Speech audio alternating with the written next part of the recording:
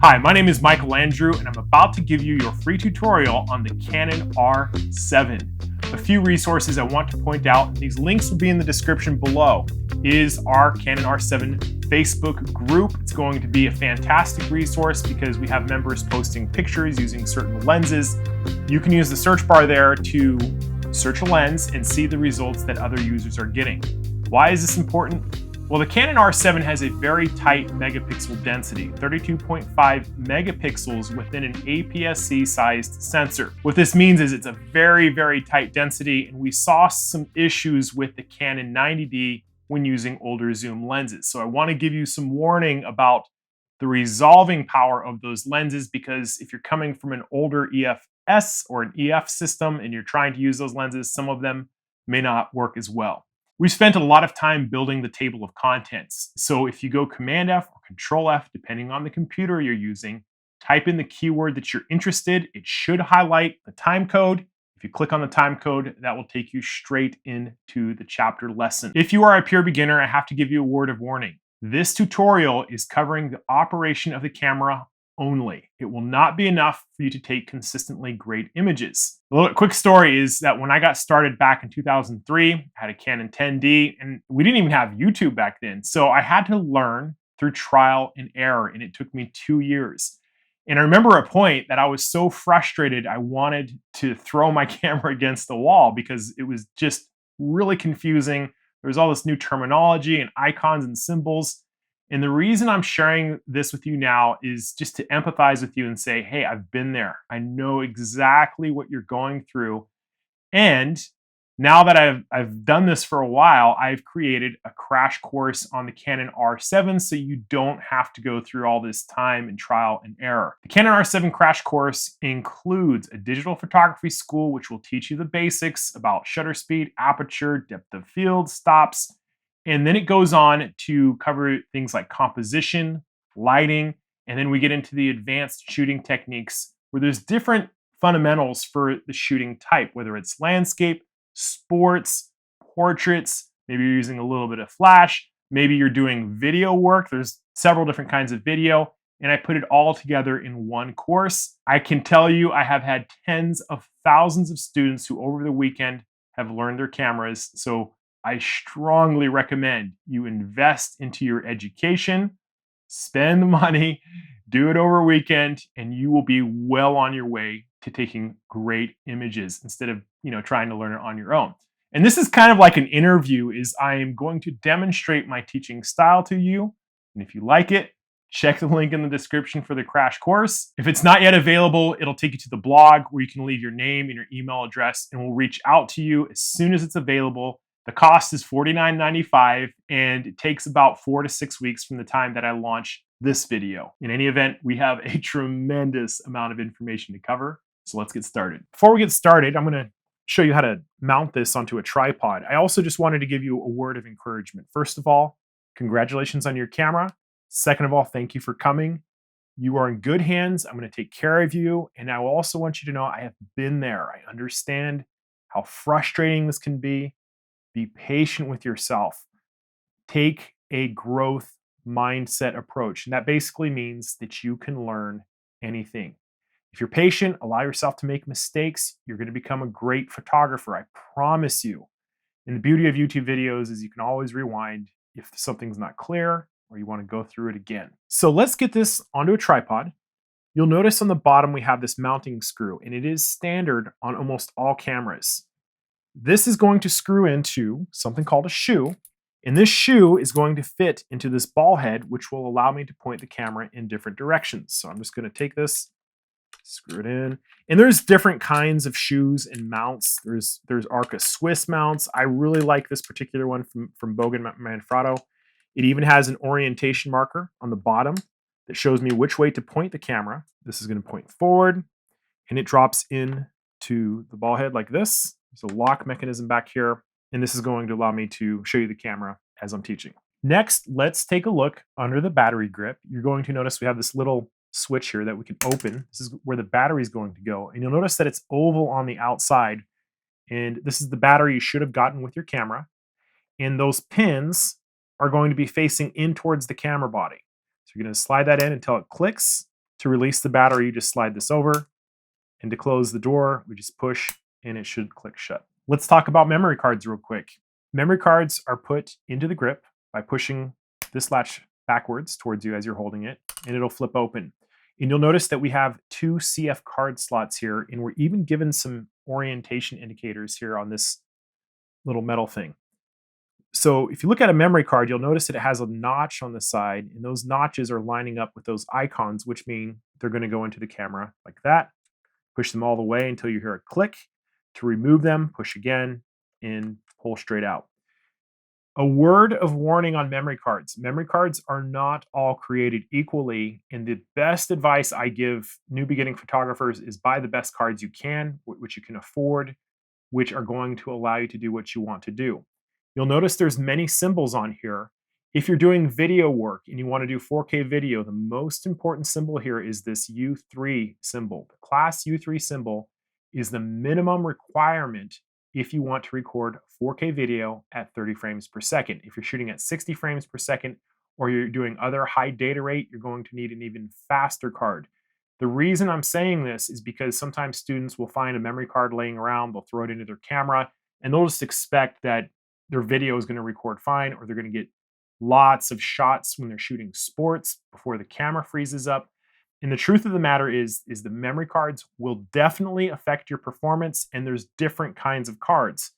This is a UHS Class 1 card, and you can tell that by the number of pins, the rows of pins it has on the top of the card.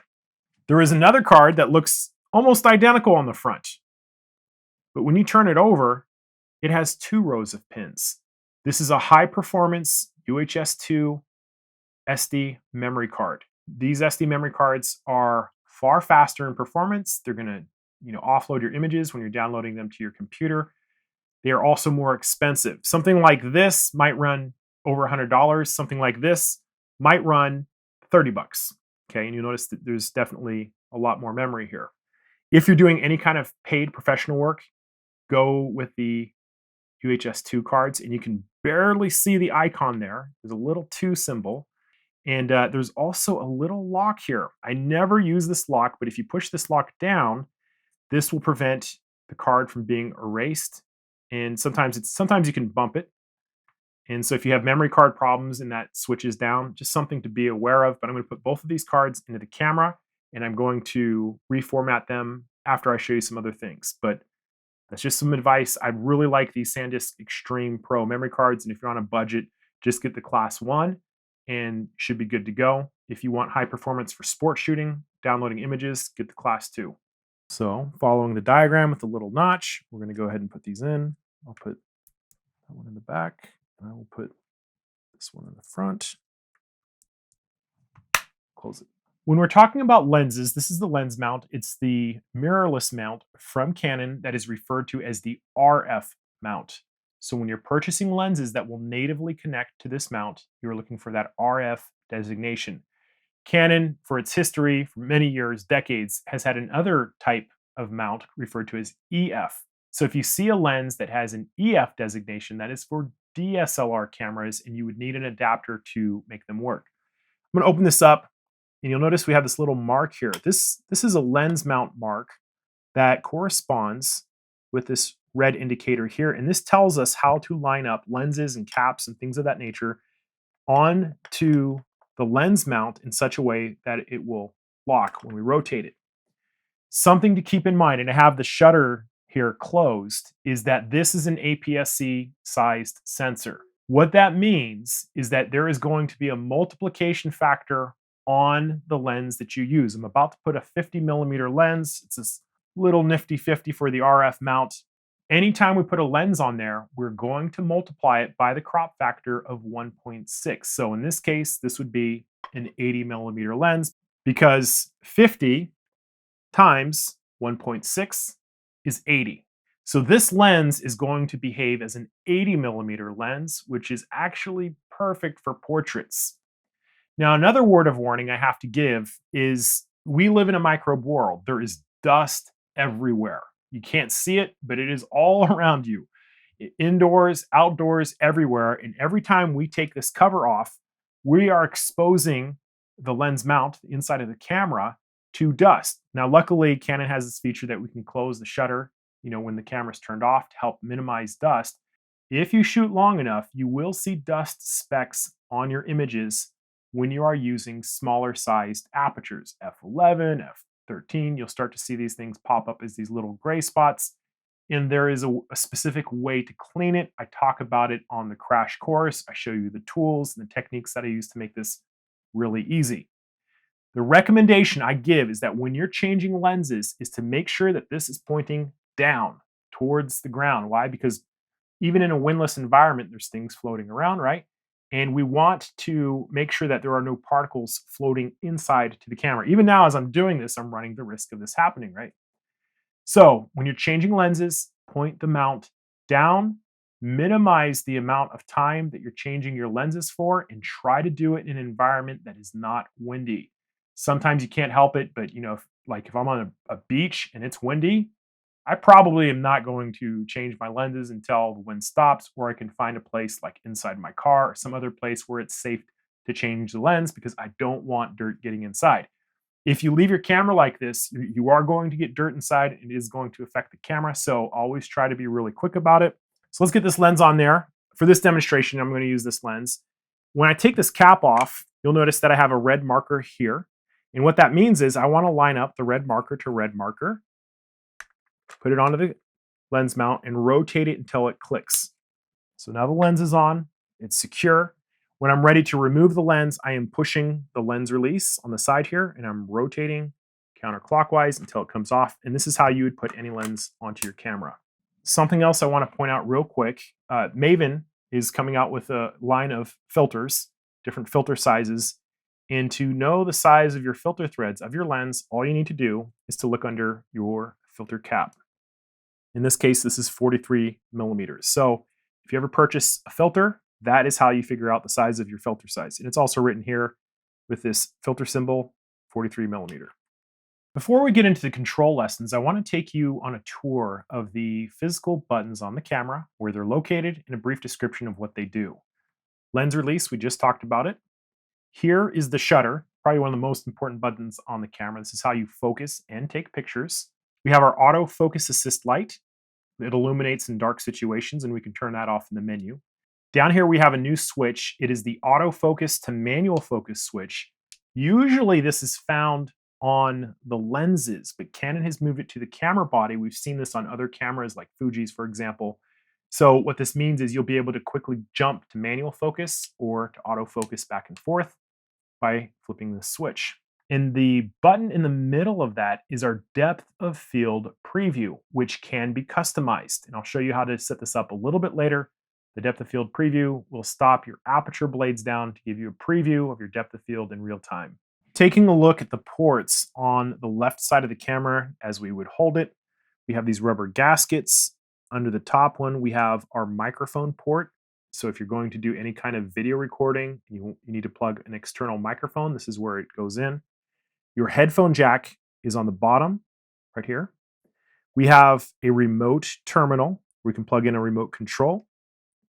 We also have HDMI, mini HDMI. You'll notice it's not the bigger plug, it's the smallest one. And we also have our USB-C terminal here on the bottom. One of the questions I'm sure some of you will have is, can you charge the camera with the USB port? Not in the way that you're thinking. You have to purchase a special power adapter, and you have to be using LPE6N or LPE6NH batteries. You cannot use an LPE6 regular battery. The camera has to be turned off, and it has to be that special adapter. Otherwise, it's not going to work, unfortunately. Something else I want to point out, kind of hard to see, right here next to the viewfinder, is called the diopter adjustment. This is for those of us, including myself, who wear corrective eyewear, and we need to adjust the focus of the monitor inside of the camera. And so you rotate this up or down, and you can adjust the focus as you're looking through here. Very useful for those of us who are getting older and slowly losing our vision. On the top of the camera, you'll notice these two dots. These are the microphones. And despite their best effort, they're not going to be great because they also capture vibrations and how you're handling the camera. So for video recording, always use an external microphone. We have this new hot shoe protector. It's this little plastic cover. The hot shoe mount is for your strobes, your speed lights, your triggers. You can attach accessories here. You'll notice we have these beautiful pins which tell and communicate the speed light, when to fire, and how much power. Obviously, we'll get into this on the crash course where I do demonstrations with a speed light with a strobe. There's a little symbol over here that it looks like a circle with a line through it. This tells us where the depth of the sensor is. It's often very overlooked, but that's what it is at this point, is where the sensor is mounted. Over here, we have the mode dial. This tells the camera how to behave when we push the shutter button halfway down in terms of exposure control and things of that nature. I'll talk about this in depth later in the video. We have our lock button. We have our power switch. On here to this middle part is for stills. If we turn it to the video camera icon, now we are in the dedicated video mode. So video, stills, off. This guy here, ISO, is our sensor sensitivity. I'll demonstrate this a little later. The red button is start and stop video recording. We have our MFN button, which is our multi-function button. It's going to help us select different options that I will also demonstrate. And this guy here is a very important controller. I like to call it the primary selector because numero uno, our finger, 1 on the selector, and I will demonstrate this later in the exposure lesson as well. And again, we have the shutter button and we have the lens strap mounts. When we're looking at the back of the camera, we have this new control wheel that has a rotating dial, and it also has a joystick. This dial I like to refer to as the secondary selector. Primary, secondary, for a reason I will demonstrate a little later. Next to it, we have the AF on button, or the back focus button. I'll show you how to set this up in the focusing lesson. Hard to see, we have a small little speaker right here. We have our information button. We have our directional pad, which pushes really in 8 directions, up, down, left, right, and on each of the diagonals. We have a set button, which acts as an enter button, would on a keyboard, right? And you'll also notice we have this Q icon in the middle of it. Demonstrate this. We have our playback. You'll notice these are in blue, so playback as well as delete, the garbage can icon. And on the top right hand, we have this little star symbol, which is the exposure lock. If you're shooting without a flash, it can also work as the flash exposure lock when we're shooting with a speed light. This button I like to call the cluster button, which will determine our focusing squares and which ones we're using. Kind of hard to see here, but there will also be this little blue magnifying glass on the outside of it. Anything you see in blue is for playback. So when you're playing back images and you push this, this will zoom in and out and allow you to inspect images. And on the top left-hand corner over here, we have the menu button. That's for the deep menu, and there's a lot of information I'll be giving about this later on. Something else I want to point out is that you can push the joystick directly into the camera body, and if you do so center, it will recenter your focusing square. I hope to demonstrate this later as well. I'm going to open the monitor to demonstrate some other things. I need to set the date and time. I will in a moment. I'm going to tap the shutter button to get me into a shooting mode, and I want you to notice this little black rectangle here is that when I move something in front of it, we lose the monitor in the back. This is a power saving feature, which the camera basically, when we lift it to our face, shuts off the monitor and turns on the smaller monitor in the eyepiece. When we lower the camera, this shuts off and we get back to our regular view. And there's different ways we can control this. For example, if we're shooting on a gimbal, for video, and the gimbal's too close to this monitor, we would need to turn this off to see what's being played on the back. This feature is usually in the yellow menu, and I'll demonstrate this a little bit later. This might be a little bit early to be jumping into the menu section, but I want to access my power saving because I don't want this camera to keep getting dim as I'm talking. So I'm just going to turn off the screen dimmer, and viewfinder, it's fine. Auto power off. I'm going to change this to 10. I'm just going to turn this off altogether. So after I've turned these off, it's going to be easier for me to demonstrate these things. Coming back out to the menu. Here is the screen finder display feature. If we wanted to shut this stuff off, just have the screen. If we're shooting on a gimbal, this is where it would be. We'll be talking more about the deep menu later on. Something I have not done yet on this camera is set up the date and time. I've kind of skipped it. So you can always adjust your date and time here on the yellow tab on the bottom. It thinks it's January 1st. It's not. Change this.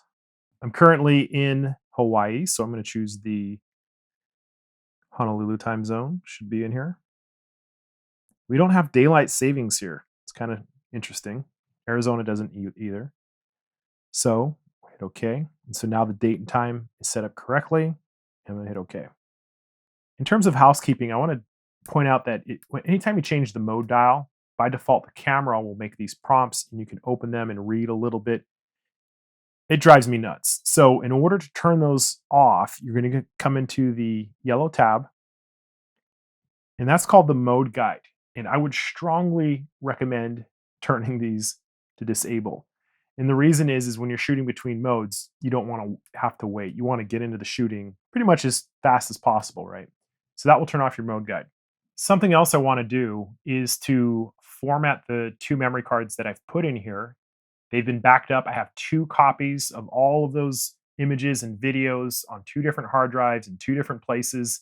There's different strategies to this. Maybe you'd have an online copy somewhere on the cloud and another hard drive, but always keep at least 2 copies in safe, secure places.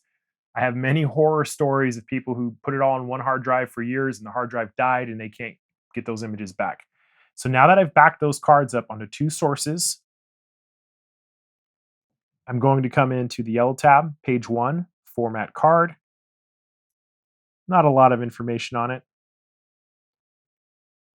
And I'm going to repeat the same for the second one. Again, not a lot of information on here. Now these cards are empty and they're ready to go. Anytime you're in a menu like this and you want to return to shooting, you can just tap the shutter button and it'll jump you out. One of the most intimidating things for new photographers is the overwhelming amount of unfamiliar icons. So I want to walk you through what each of these icons mean. And I also want to demonstrate the importance of being comfortable with the info button. If you don't have your camera, pause the video, grab your camera in hand, and follow along as I'm doing this. All I want you to do is to press the information button. And you can see that we're toggling through several different kinds of screens. One of those screens doesn't have any icons at all. It's kind of stress reducing, right? Nothing to worry about. We have this black screen that has tons of icons. We can't see what we're shooting. Very useful for changing your camera settings in certain situations. Then we kind of have this medium hybrid that has icons. Not a lot of them. We can still see what we're shooting, but we can also change things. When you see this little gray box around it, that means we can touch that item and we can adjust it directly. We'll come back to that in a minute. Then we get these 2 columns on the left and right side with tons of different icons. This screen includes a histogram. This histogram is telling us how bright the image is. It is a statistical tool. And you'll notice that when you have the peak in the middle, that means we're exposed properly. There's a lot to go into. I have a free lesson on this on the crash course that will go into far greater depth. And then you'll notice this line here. There's 2 sets of lines, kind of hard to see. One set deals with up and down. I'm pointing the camera down, and you can see these little tick marks are red. And as I bring it back up, now they're green. And I'm right on the point of when I'm just pushing the camera just a little bit.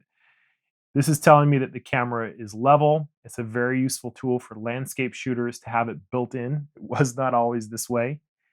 And then you can see that we're starting over again. So with this in mind, I want to introduce you to these icons. And I think I'm going to do it here because this is easier to see. I like to shoot from the back of the camera in a way that you understand and you can see these icons very easily. I'm going to turn the camera, the mode dial up here to M, to the manual mode, so we can see some of these other indicators. These numbers here, this one given as a fraction is your shutter speed. In this case, it is 1/125th of a second.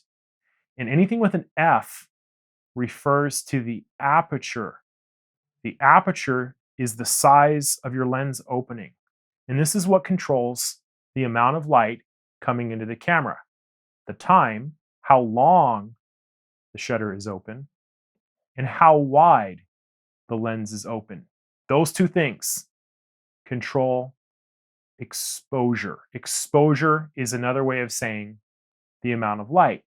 So by manipulating those two variables, we can change how much light is coming into the camera.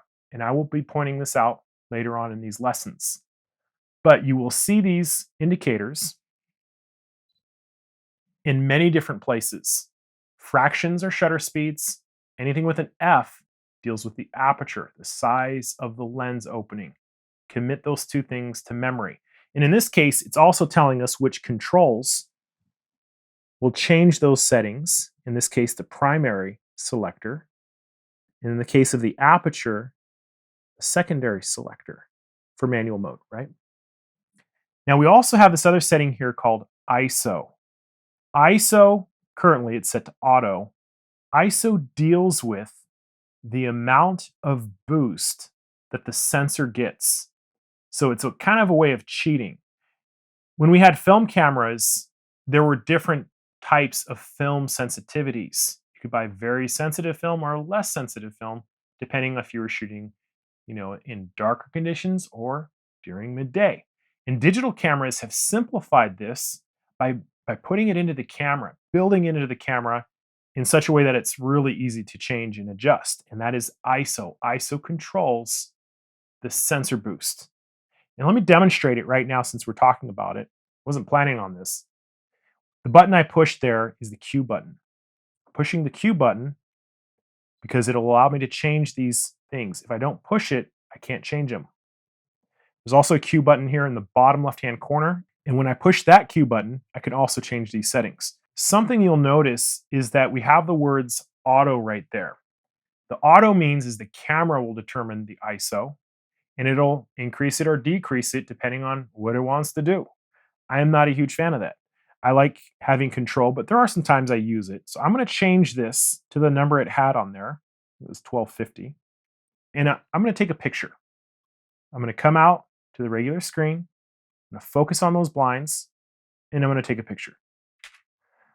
Now, an ISO of 1250 is not that high. And when we zoom in on the blinds, you can see it's pretty clean. Nice straight line. You can see even some scratch marks, some dust on the blinds, right? Look how clean that is. Now what I want to demonstrate is when we use a very high ISO. I'm going to turn this way up. I'm going to turn it up as high as it'll go. You can see that it's obviously overexposed. Overexposed means it's too bright. So what I'm going to do is use a faster shutter speed. A faster shutter speed is going to let in less light. So I have less light, high ISO. I'm going to take a picture just to demonstrate the trade-off of ISO. And I'm going to zoom in on this picture. Just touching here. And this is how you can inspect images, is like you would on a phone. You could pinch your fingers out. And if you look at the line here, you'll notice that this is a very grainy image. There's a lot of salt and pepper here. It's everywhere. And that's the trade-off with ISO, is that high ISOs will give you a much greater sensor boost. However, they're also going to introduce a lot of grain that is not pleasing to the eye. Lower ISOs will have less grain, but you also need a lot more light. We'll be talking about this more in the exposure lesson. I do this just for demonstration if you're a pure beginner and you want to know what ISO is and what it is doing. All that said, I'm going to turn this back to this about the setting we had it on. The ISO performance that I've seen out of the R7 so far, it's pretty amazing. I'm pretty impressed with it, with everything I've seen. Kind of gotten off track here. I'm going to come back to this black screen. In any event, these three settings, your shutter speed, your aperture, and your ISO, these are the most three important settings on your camera. You will see something similar when you look through the viewfinder. It'll be on the bottom of the viewfinder, the bottom of the screen there, and you should always be aware of what those settings are and where they're at when you are shooting. Just take a quick sneak peek kind of thing.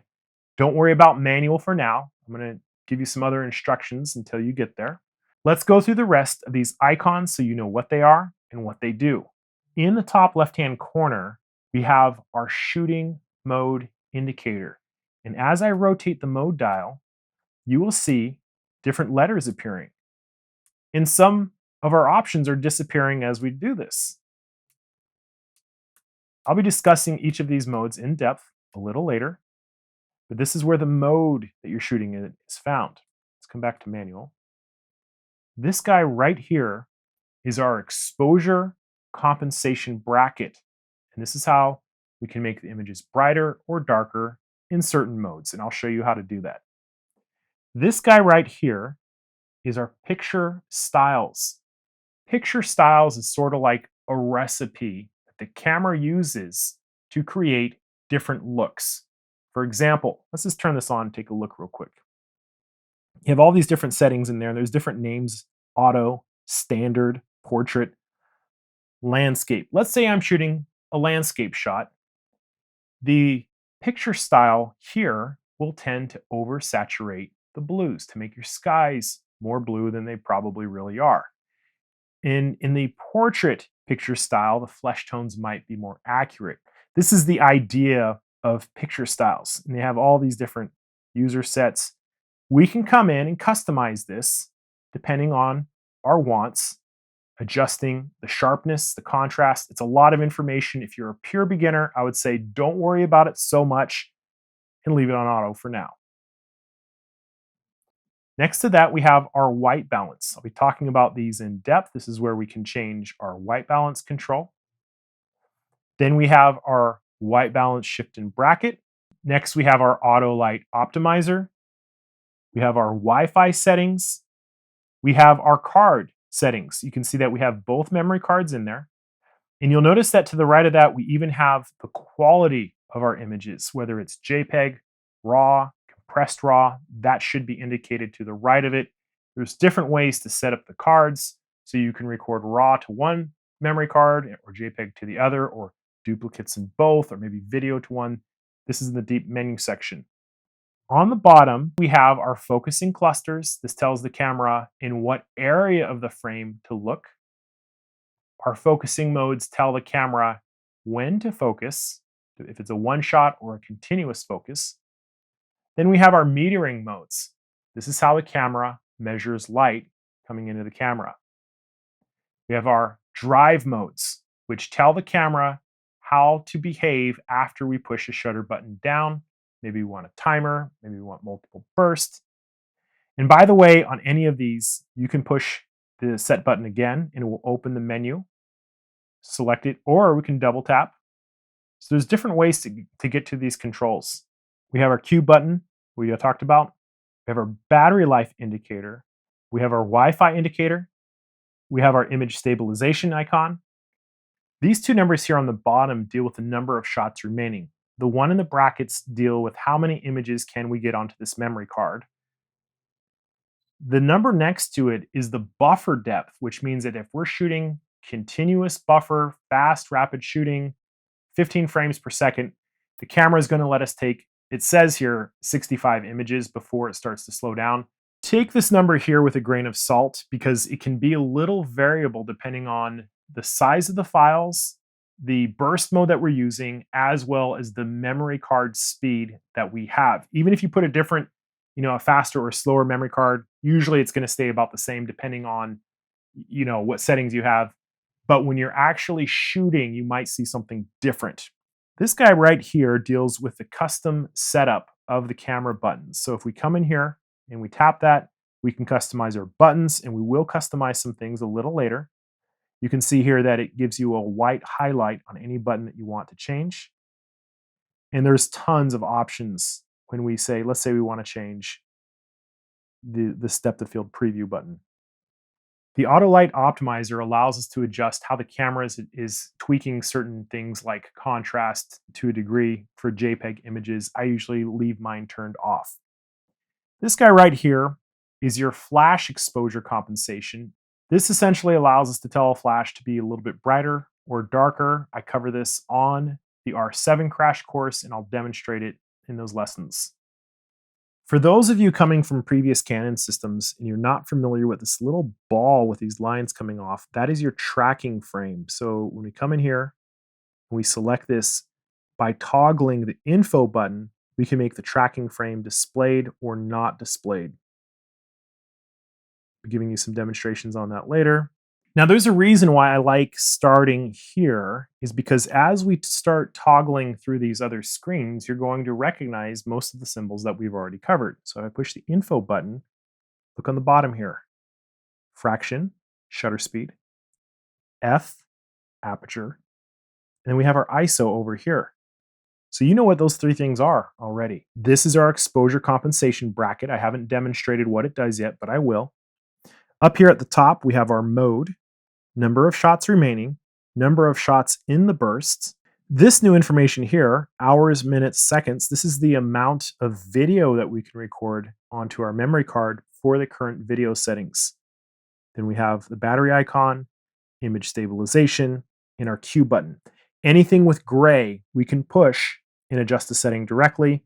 We also have the focal length of the lens that I have. This is a 24 to 105, and as I rotate it, you can see the focal length number changing. This is very nice. This magnifying glass will allow us to zoom in. There's some techniques I'll be demonstrating. One touch is ×5, another is ×10. You can focus using that. And we also have a touch shutter over here. I never use it because it drives me crazy, but the idea is you would touch, it would focus on the area that you touch, and it would automatically take a picture if it gets focus lock. So this is this hybrid screen. Now, when the auto shutter is turned off and we touch on the screen, this will allow us to focus touching on the screen. It's very nice. It's very fast and easy for many types of shooting. Let's push the info button again. Now we get to this intimidating screen that has all of these different icons on either side, right? Keep going through. Most of these we know already, but let's take a look. We're going to press the Q button to access them. This screen can be really confusing because there's just icons everywhere. The idea is that you have two columns, one on the far left, one on the far right. When you activate this screen, we can touch any of these options, or we can navigate with our directional pad or joystick. We can also just tap and it'll take us there. And then we get the options on the bottom of the screen. So depending on what feature we're changing, whether it's white balance, here are the white balance items. If it's our focusing modes, they're on the bottom. If it's our drive modes, they're on the bottom. So that's how this interface works. We get our categories on either side and our options on the bottom. And you know most of these already. Up at the top, we have our focusing clusters. It's our focusing modes between one shot and servo. I'll demonstrate these later.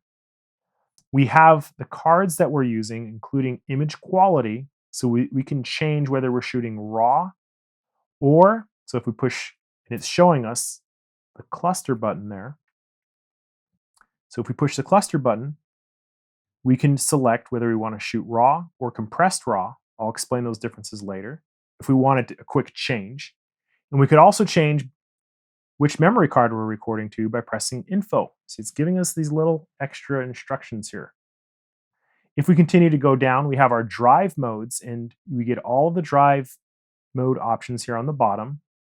I'll take you through those a little bit later. We have our metering modes. Over here, we have our subject detection, whether it's human, animals, cars. We can change it to spot detection, turn it on or off. Usually have mine on people. The creative filters are basically gimmicky sets of colorization and posterization and things that are just, here's a soft focus, here's a fisheye effect. These are not professional tools, and I never use them. Here we have our picture styles. We went through this already. Here's our white balance. We already showed you this icon before. And then we have our flicker, anti-flicker shooting, which deals with certain sodium-based lamps outside. When you're shooting in a situation where lights are flickering so fast that we can't see it, the camera can detect it and shoot between those flickers so they're more consistent looking. I just leave it turned off for now. If you notice the difference, like if you're shooting out at a racetrack at night, you'll see color changes. That's when you'd want to turn it on. Mine's off, and this return arrow will return us to the main menu. All of the other icons in here we have already seen. We've seen them in other places. I know it's a lot of information. Pushing the info button again, we're brought back to the level screen and the histogram screen. There is another mode that has even more icons, and we're going to get to that by rotating the switch here from stills to video. So in the video mode, you'll notice that we have several new icons. We still have our shutter speed, aperture, ISO. You'll always see that pretty much any camera mode shooting that you're shooting with. In the top left-hand corner, we have the video camera icon with the M for manual mode, the amount of time remaining in our battery life. This guy here with the left and right, the L and the R, you can notice these levels. This is our audio gain. It's coming in through the microphone here. And by default, this should be on auto gain, which is going to fluctuate the intensity of your audio depending on if you're speaking or not speaking. It'll really mess things up, and there's a way to turn this off that I will demonstrate to put it under control and put it at a stable level. As we navigate through these, I'm going to push the Q button so you can see the title for these at least. Here are our focusing clusters for video. We have the memory card that we are recording to. We have our video resolution settings. Currently, it is at full HD. To set it up, we would press here. It's actually taking us into the menu. And you can see that we have several different options from full HD to crop, 4K, and fine 4K. And we also have the ability to choose different frame rates from 60 frames per second, 30 frames per second, or 24 frames per second. We also have IPB and compressed IPB. So sometimes it will not let us shoot certain settings together. In the case of IPB light, you'll notice that we get more recording time versus IPB. The way IPB works, I like to remember it as I like peanut butter. It's a little bit more simple. What the camera does is it analyzes every frame, determines what's changed, and if something hasn't changed, it can reduce the file size through this type of compression and make a very compact video format. The problem with it is sometimes when you get lots of vegetation and fine details is you start to get artifacts that are splotchy and blocking. Probably more information than you want, but we will cover a lot of this in the crash course, the settings that you choose and why and things of that nature. But this is how you change your video settings. I almost always shoot 4K, 30 frames, IPB. In the case of teaching, for example, I would say okay. And when we come back out, you'll notice that the amount of time that I can record to that 64 gigabyte memory card is much shorter now because I'm recording a much higher resolution. Some other things that we have are digital zoom. I never use it. This is how we can use the camera to zoom in camera. It's all it's doing is magnifying pixels. It's not really increasing our resolution. We have our headset control. If we want to control how loud the volume is where we would do it.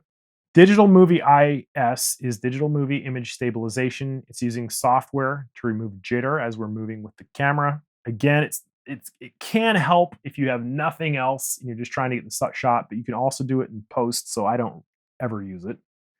Then we have our white balance, picture styles, creative filters, and the subject detection. So some of these things are the same. There's a couple other things in here. You'll notice that we have this little temperature gauge and monitor. That's going to tell us when the camera is overheating and it's time to turn it off. I have not overheated this yet, but my understanding is that if you do lots of video recording, especially outdoors, the camera's going to heat up and you're going to need to shut it down. We also have our start and stop video record button. We have our Q button to jump back into those menus. So I know we have covered a tremendous amount already, just identifying the different icons in short definition of what they do. The good news is, as a photographer, once you get set up, you're really going to be looking at your exposure settings and how your camera is focusing. The rest of these are more secondary tweaks. In this lesson, I want to talk about the camera's focusing systems. And I'm going to break this down in a very easy to understand way.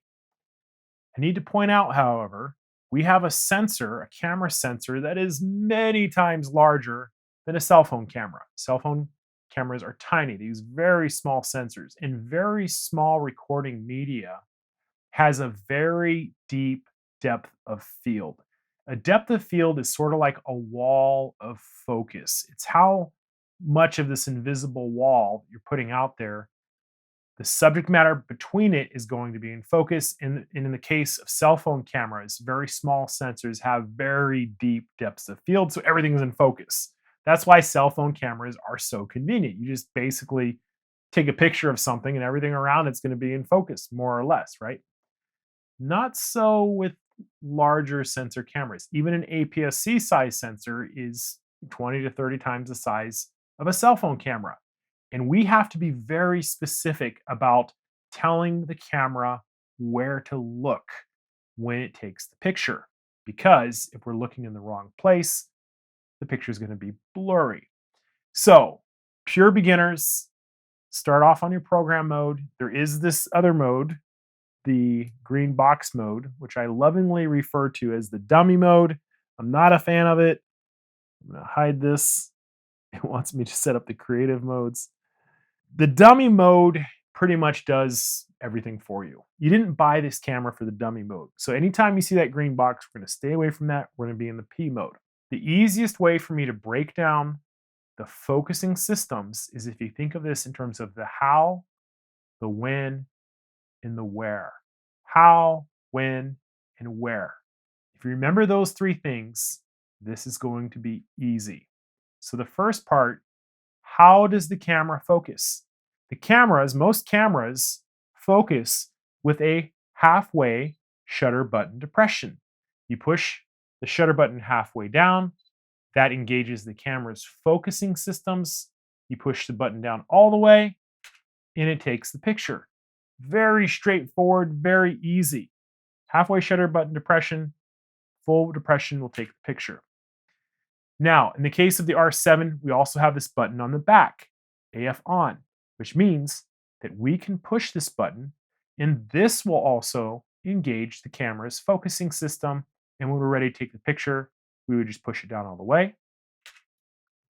Because we're dealing with a touchscreen monitor, we can also touch on the screen if it is set up where we don't have this touch shutter enable, and we can just touch on the screen in different places and the camera will focus.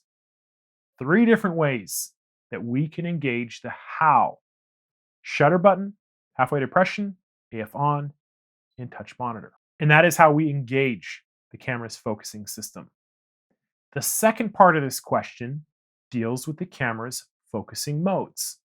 The when the camera is focusing. If we come into our Q mode up here, you can see that we have it on one shot. It's currently on one shot right here. One shot autofocus means the camera will focus one time and it will remain in a focus lock as long as the button we're using is held down. So in the case of the shutter button, I can push the shutter button halfway down. It's getting a focus lock. And if I move the camera around, the position of the focal plane will not change. And I can push it down all the way and take the picture. Now, for subjects that are still, this is great if you have a cooperating human, like an adult or even a teenager. For really small kids, it's not a great focusing mode because small kids like to run around out of control and they don't like to listen to what you're telling them. So, one shot is good for still subjects when we need a one-time focus and we take the picture. Now, I want to demonstrate something. We have a small focusing box here. Is that this is very handy if we want to do something called recompose.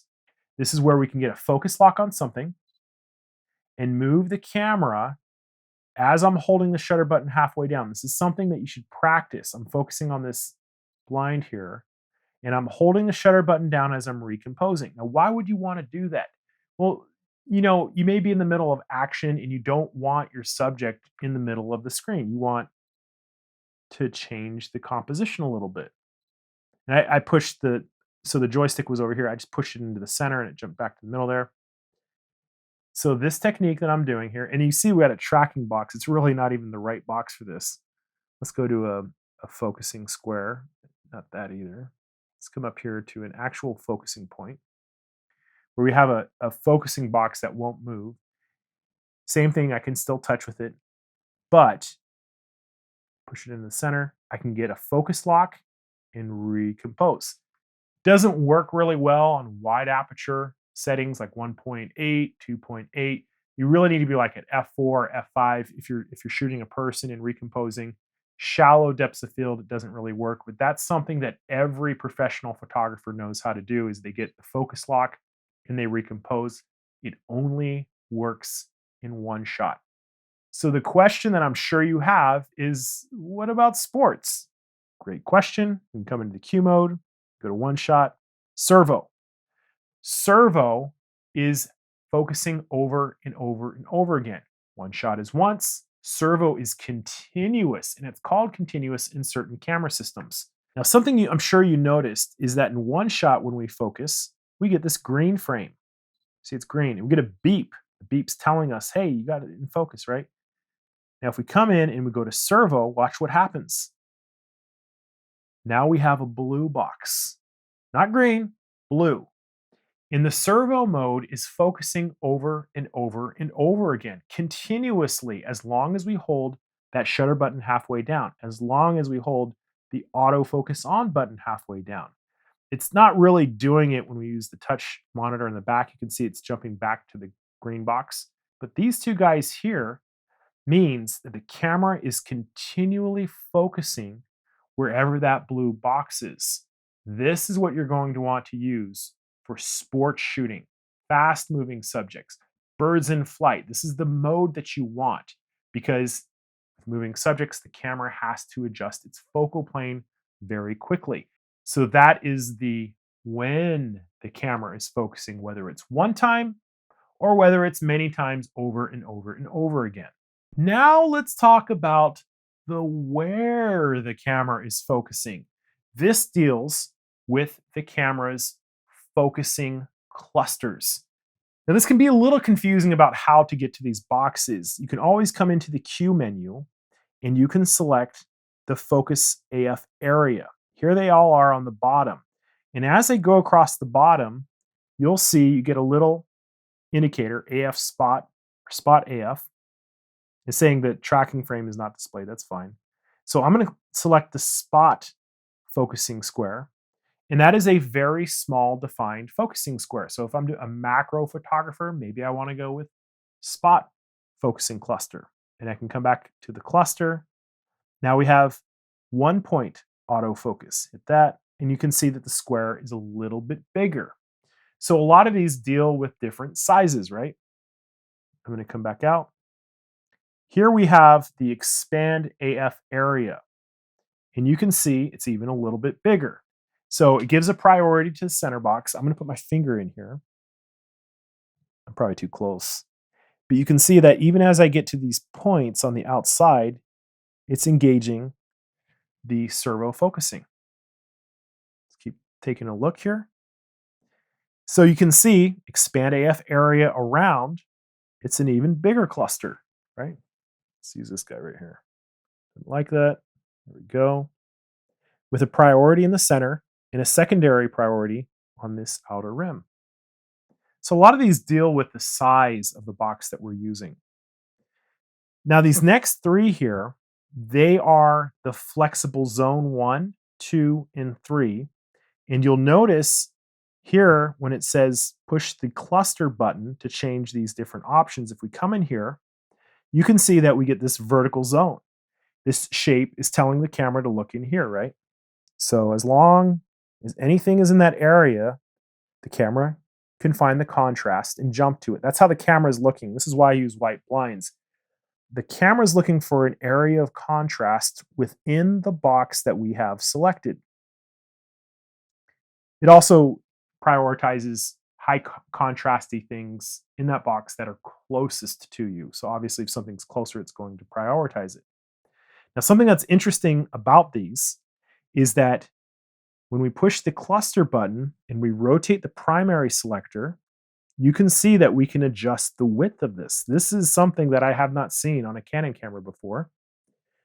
And if we rotate as well as the height of it, so we can adjust the size of this box to be any size that we want beyond this, basically a single square, which is very cool. This is very cool. Canon is giving us permission to change the size of our larger autofocus areas, right? So if you're doing birds in flight and you want a very wide box, look how wide we can get. And we can just have that on our AF Zone 1. Or maybe, maybe we're shooting a sport or something in such a way that we want to stick to this horizontal plane. Great. Because when we engage the focusing systems, there it is. It's staying within that plane. So those flexible spot modes, 1, 2, and 3, are customizable, it's awesome. So this last guy over here, in terms of the clusters, this is the whole area autofocus, and the info button will determine whether the tracking box is enabled or disabled. Now, if it's disabled, you're not going to be able to see it. So we want this on enable. And the idea of this is that if you have a subject in here and you tap on it,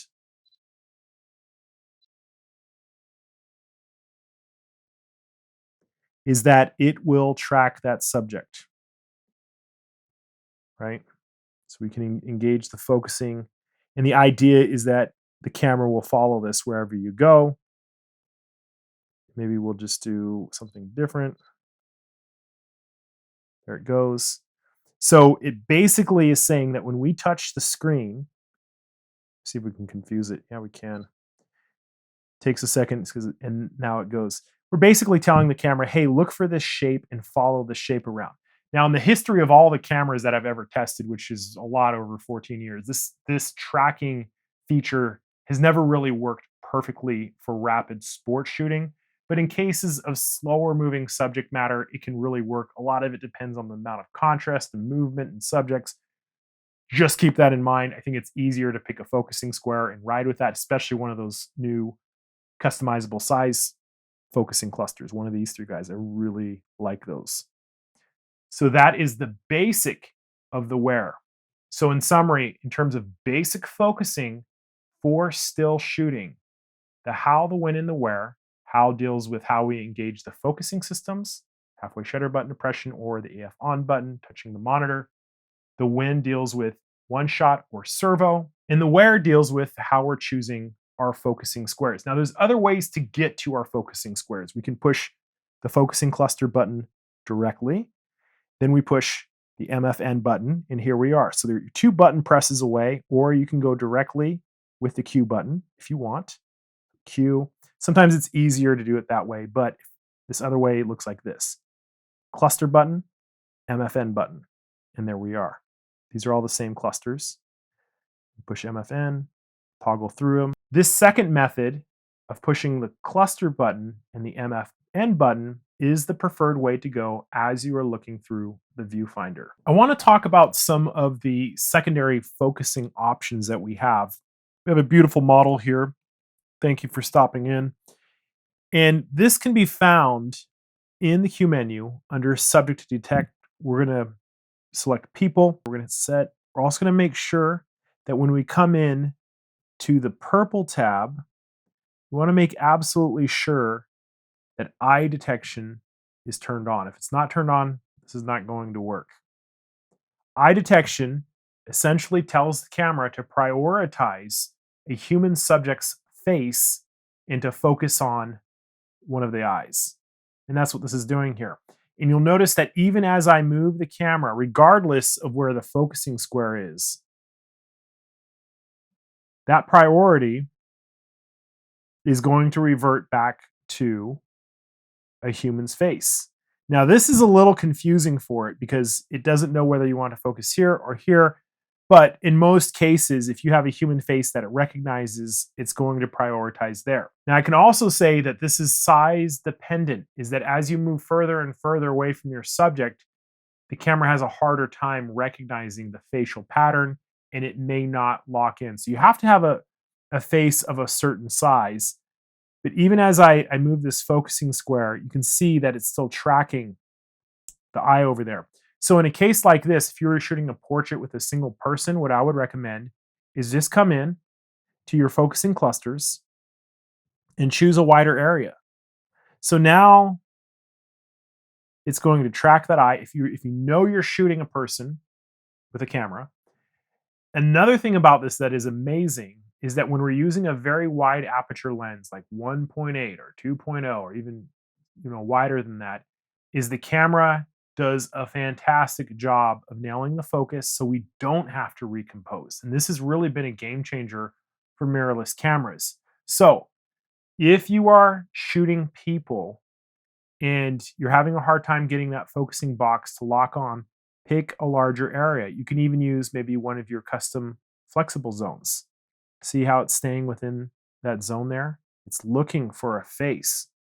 And then when we get out of that zone, it may struggle a little bit more here and there. One of the questions that I often get is, how come I'm not nailing 100% focus on my eye detection? The truth of the matter is if you're getting 85 or higher percent, you're doing pretty good for your keepers, even with still subjects, is because shallow depths of field are a lot harder to focus. It's hard to get that focus lock. Now, having said that, coming back in, there are some other ways we can tweak this. I'm going to go to a large zone just for the sake of simplicity. Now you're going to see these arrows on the left and right. What that's asking is, do you want it to focus on the left or the right eye? You can see that I'm changing that with the joystick, and I'm not really getting that with a directional pad. So you can determine which eye you want it to focus on. And if there was another person in there, you could even tell which face that you want it to focus on. This is going to be more important, obviously, when you're shooting video. There's some tricks to making this work. Group photos, you're going to want to use a smaller aperture to get a deeper depth of field. We talk about a lot of this on the crash course. But eye detection is amazing when you are shooting portraits. Having said that, there are some other subject matters in here that we can select. Animals. So this is where it starts getting tricky, is because there are tens of thousands of different species of animals on planet Earth, and they all have different shapes to their faces.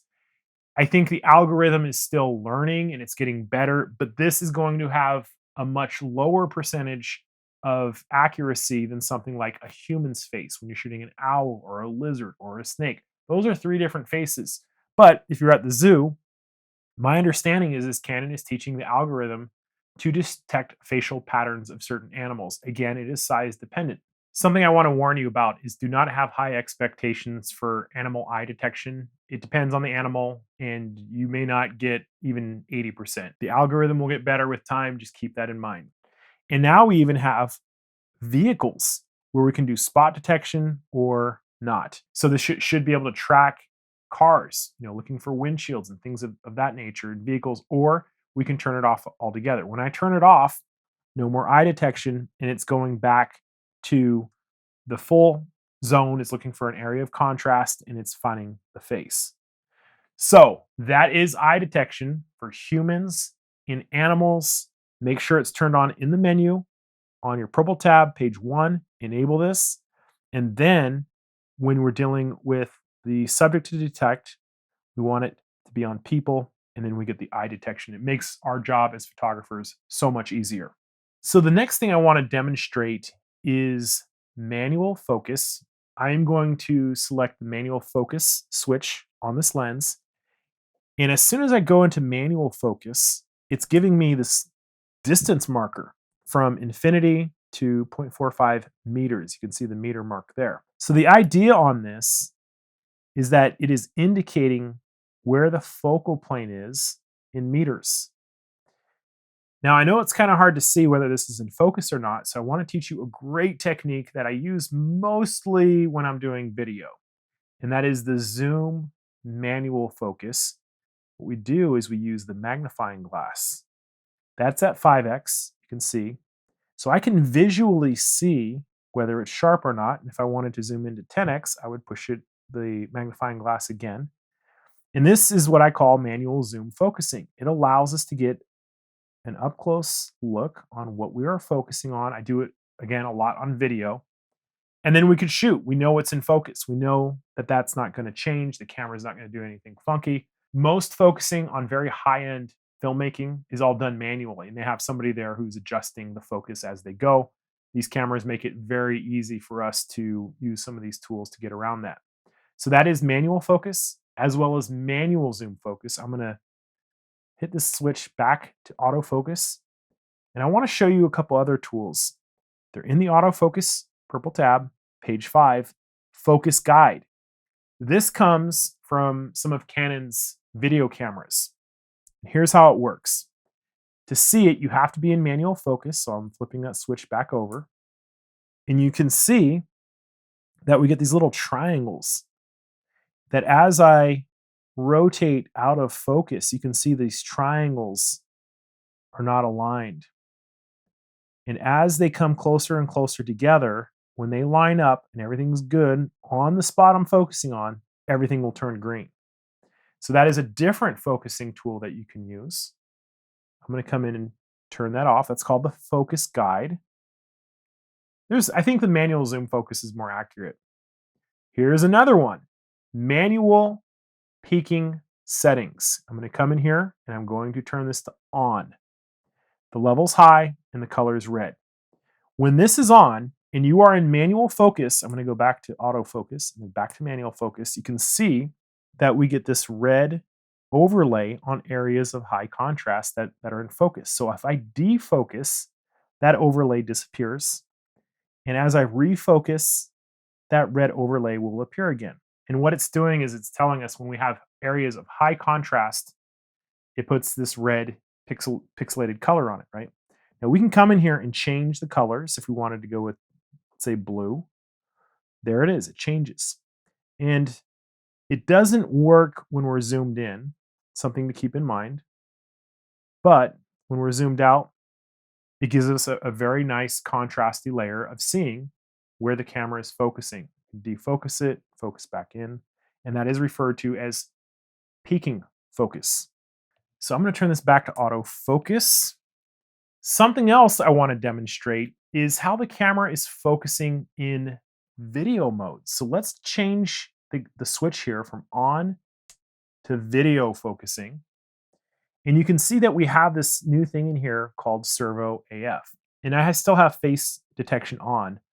And what's going to happen is if I zoom in, the camera is also going to focus. It's going to continue to focus. It's going to track this. And this is something that we want if we're shooting people talking at the camera. Let's say you're doing vlogging, for example. You want the camera to be focused on your face, right? So I want to demonstrate a couple things real quick, is that you'll notice that we don't have one shot or servo. We just have this AI servo for the video, right? But let's pick a small square, and I still have human eye detection turned on. So we have a square here, say right here, and I put my hand in front of the camera is looking into that box. And if I put that square back on the model, it jumps to the model. So what this means is the camera is continually adjusting with this servo AF if this is on. Now, if you're doing a static shot and you're not moving around, something else you could do is touch where you want the camera to focus. And you've seen this 100 times in movie theaters. This is called a rack focus, where the director wants to change the attention of the subject matter by changing what is in focus. And we do a lot of demonstrations about this on the crash course, some other techniques. You know, in the past, you would have to have a rig and a person to do this. And it's amazing to me that this is so easy and smooth. The transition's beautiful. We can come in and turn off human detection here, so it's not jumping on the eye. Now, there are other times we may just want to turn this off. So movie servo turned off. Now we're in a manual mode for video shooting. And we can come in back to that page where we had the peaking, turn it on. It's going to work the same, basically the same idea when we're in manual mode. So these tools are always in here. We also have the focus guide. So just keep that in mind. Slightly different options when we're shooting for video. We have servo AF, which is a continuous focus. And then we also have the ability to turn it off, use our manual tools. We can use a rack focus technique. We can use eye detection, right? There it is. Tons of focusing tools. And I will be demonstrating how to use these tools in different settings on the crash course, whether it's for sports or landscapes or portraits or videos. There's different strategies to using them. Another question I'm often asked about, what is back button focus and how do we set it up? Back button focus means that we're exclusively focusing with this back button instead of the halfway shutter button depression. Now, this is also how we set up custom button controls, and I'll have some future videos coming on YouTube in terms of how I set my camera up in different ways. So the way we're going to do this is we're going to toggle to this black screen. We're going to hit our Q button here, and we're going to come into customize buttons. We have all these different buttons. As we scroll through, we get a white highlight. It's telling us which button it is. And when we find a button that we want to change, we would select it and change it, right? So we have a lot of custom controls in here, including sets for stills and sets for video. So in this one example, what I'm going to do is I'm going to customize the shutter button. Come in here. This is how it'll be set up by default: metering and autofocus. So if I change this to metering only, what that has done is it has removed the autofocus mechanism from the halfway shutter button depression, which means we can no longer focus with it. We have to exclusively use back button focusing. And I will demonstrate this on the crash course as to why you want to do this, or why pro shooters typically do it, is because it gives them more specific control over the camera. They tell the camera when to focus, and when they lift it up and shoot, the camera will not refocus on something else. It gives them greater control. When the autofocus is on the shutter button, you always engage it. Every time you're focusing on something, and in sport shooting, sometimes it'll make the square jump on something you don't want to focus on.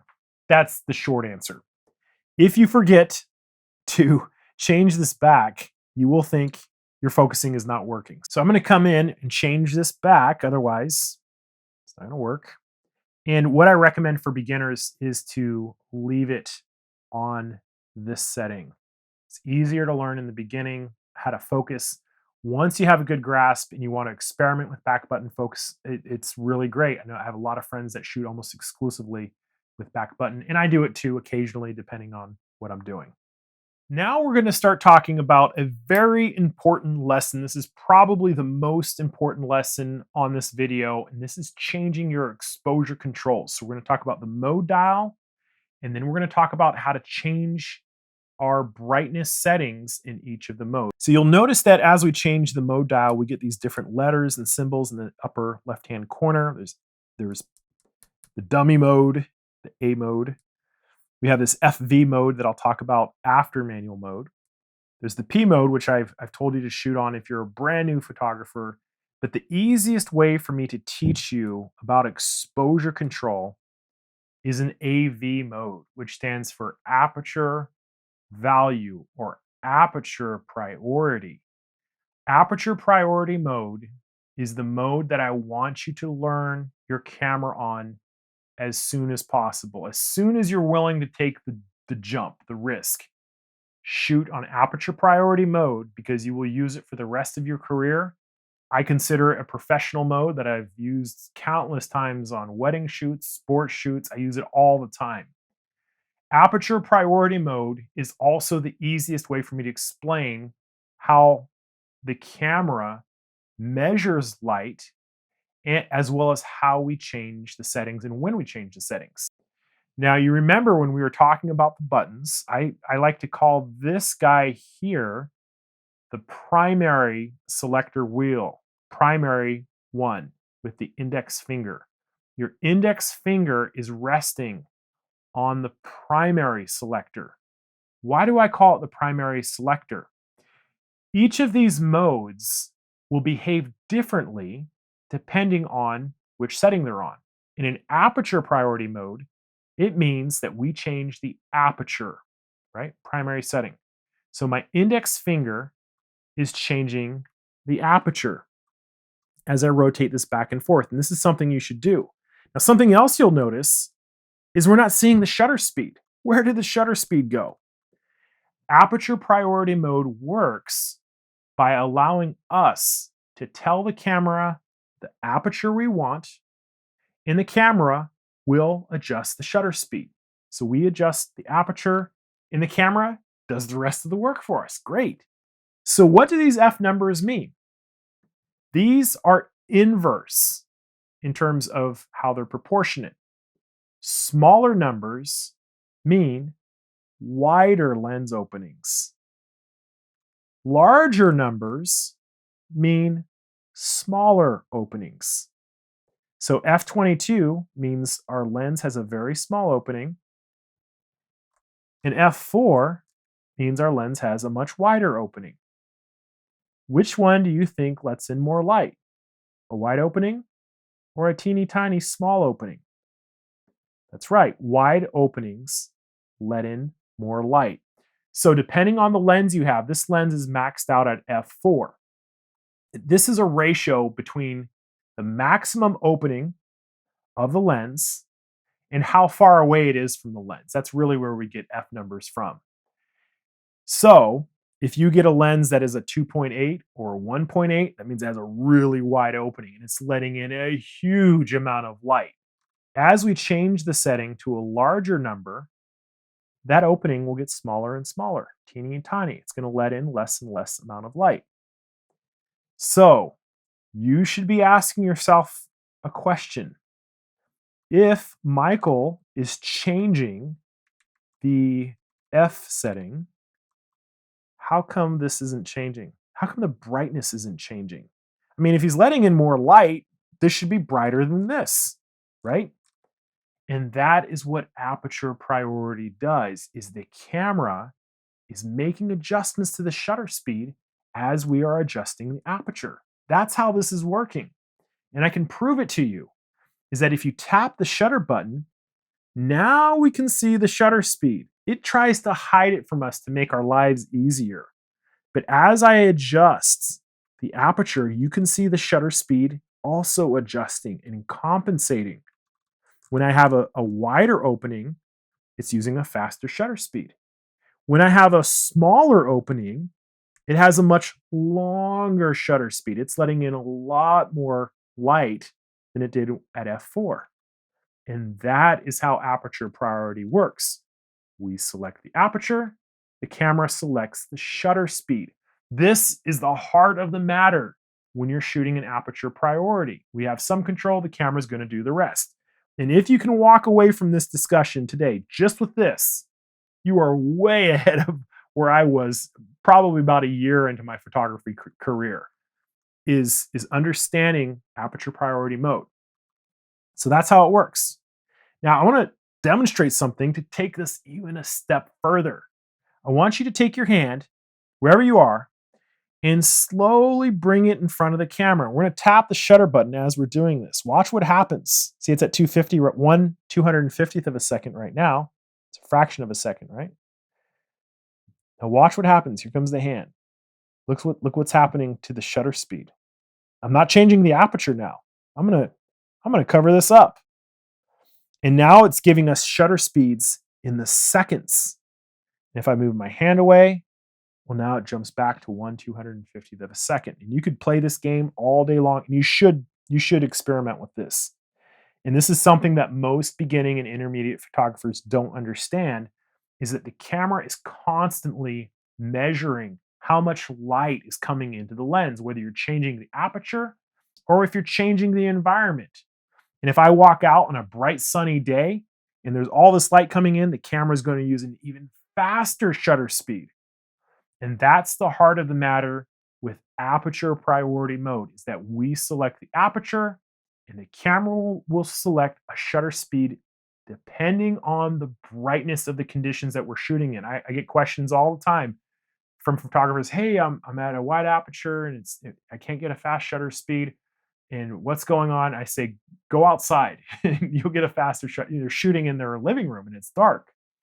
Now, the key on this, and there's something to keep an eye on, is that when you are shooting with aperture priority mode, you do have to sneak a peek over here at your shutter speed to make sure it's fast enough.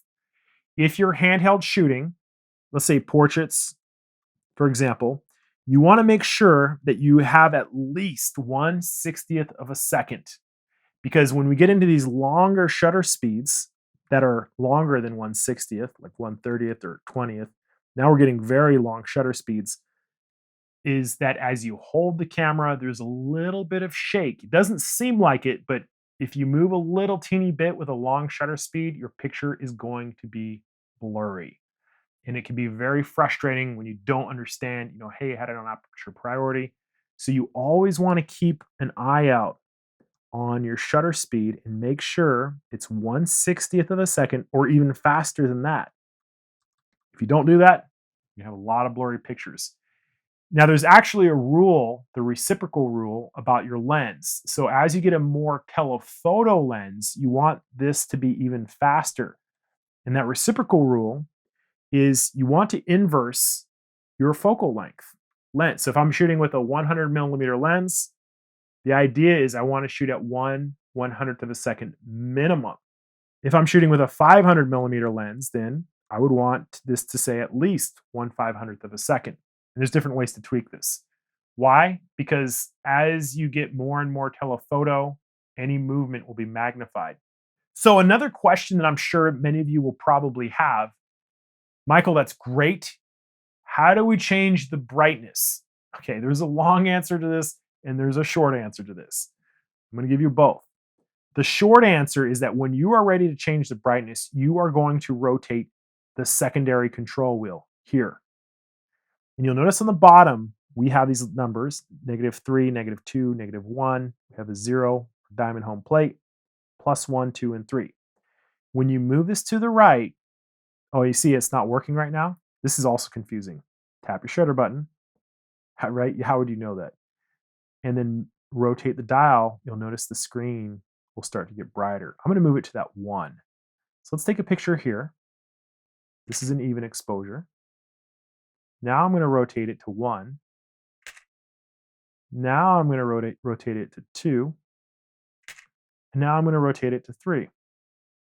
And if we play those back, we could see there's a couple other cool things is that if you can pinch out, you can see that we have different exposures, even, +1, +2, +3.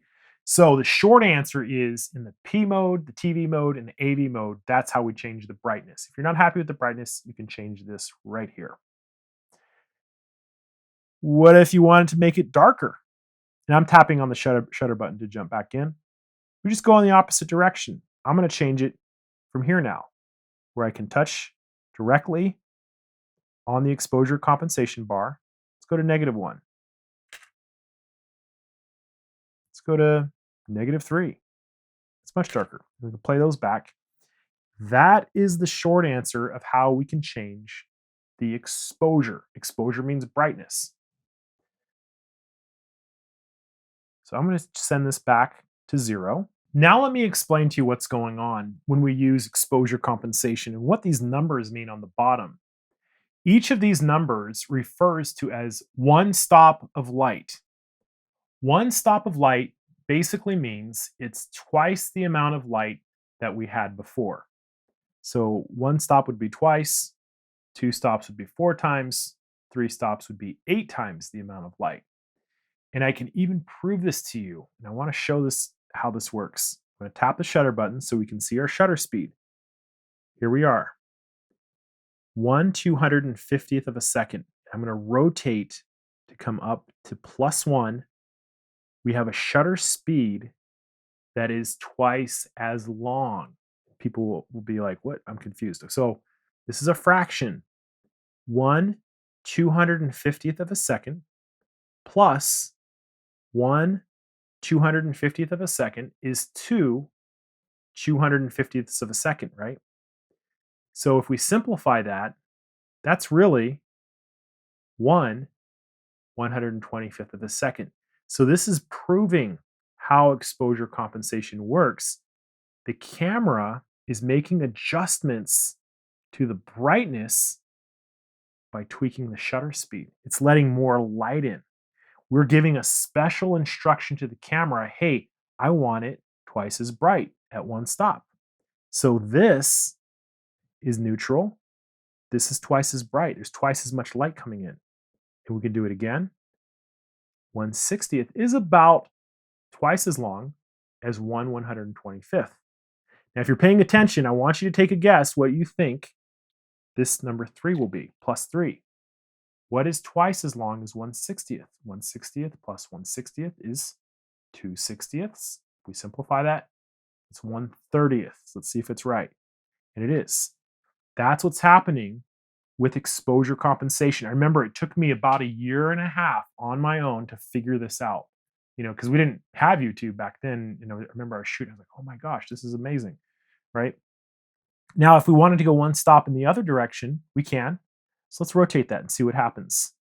1/500th of a second is half the amount of shutter speed. It's twice as fast as 1/250th, right?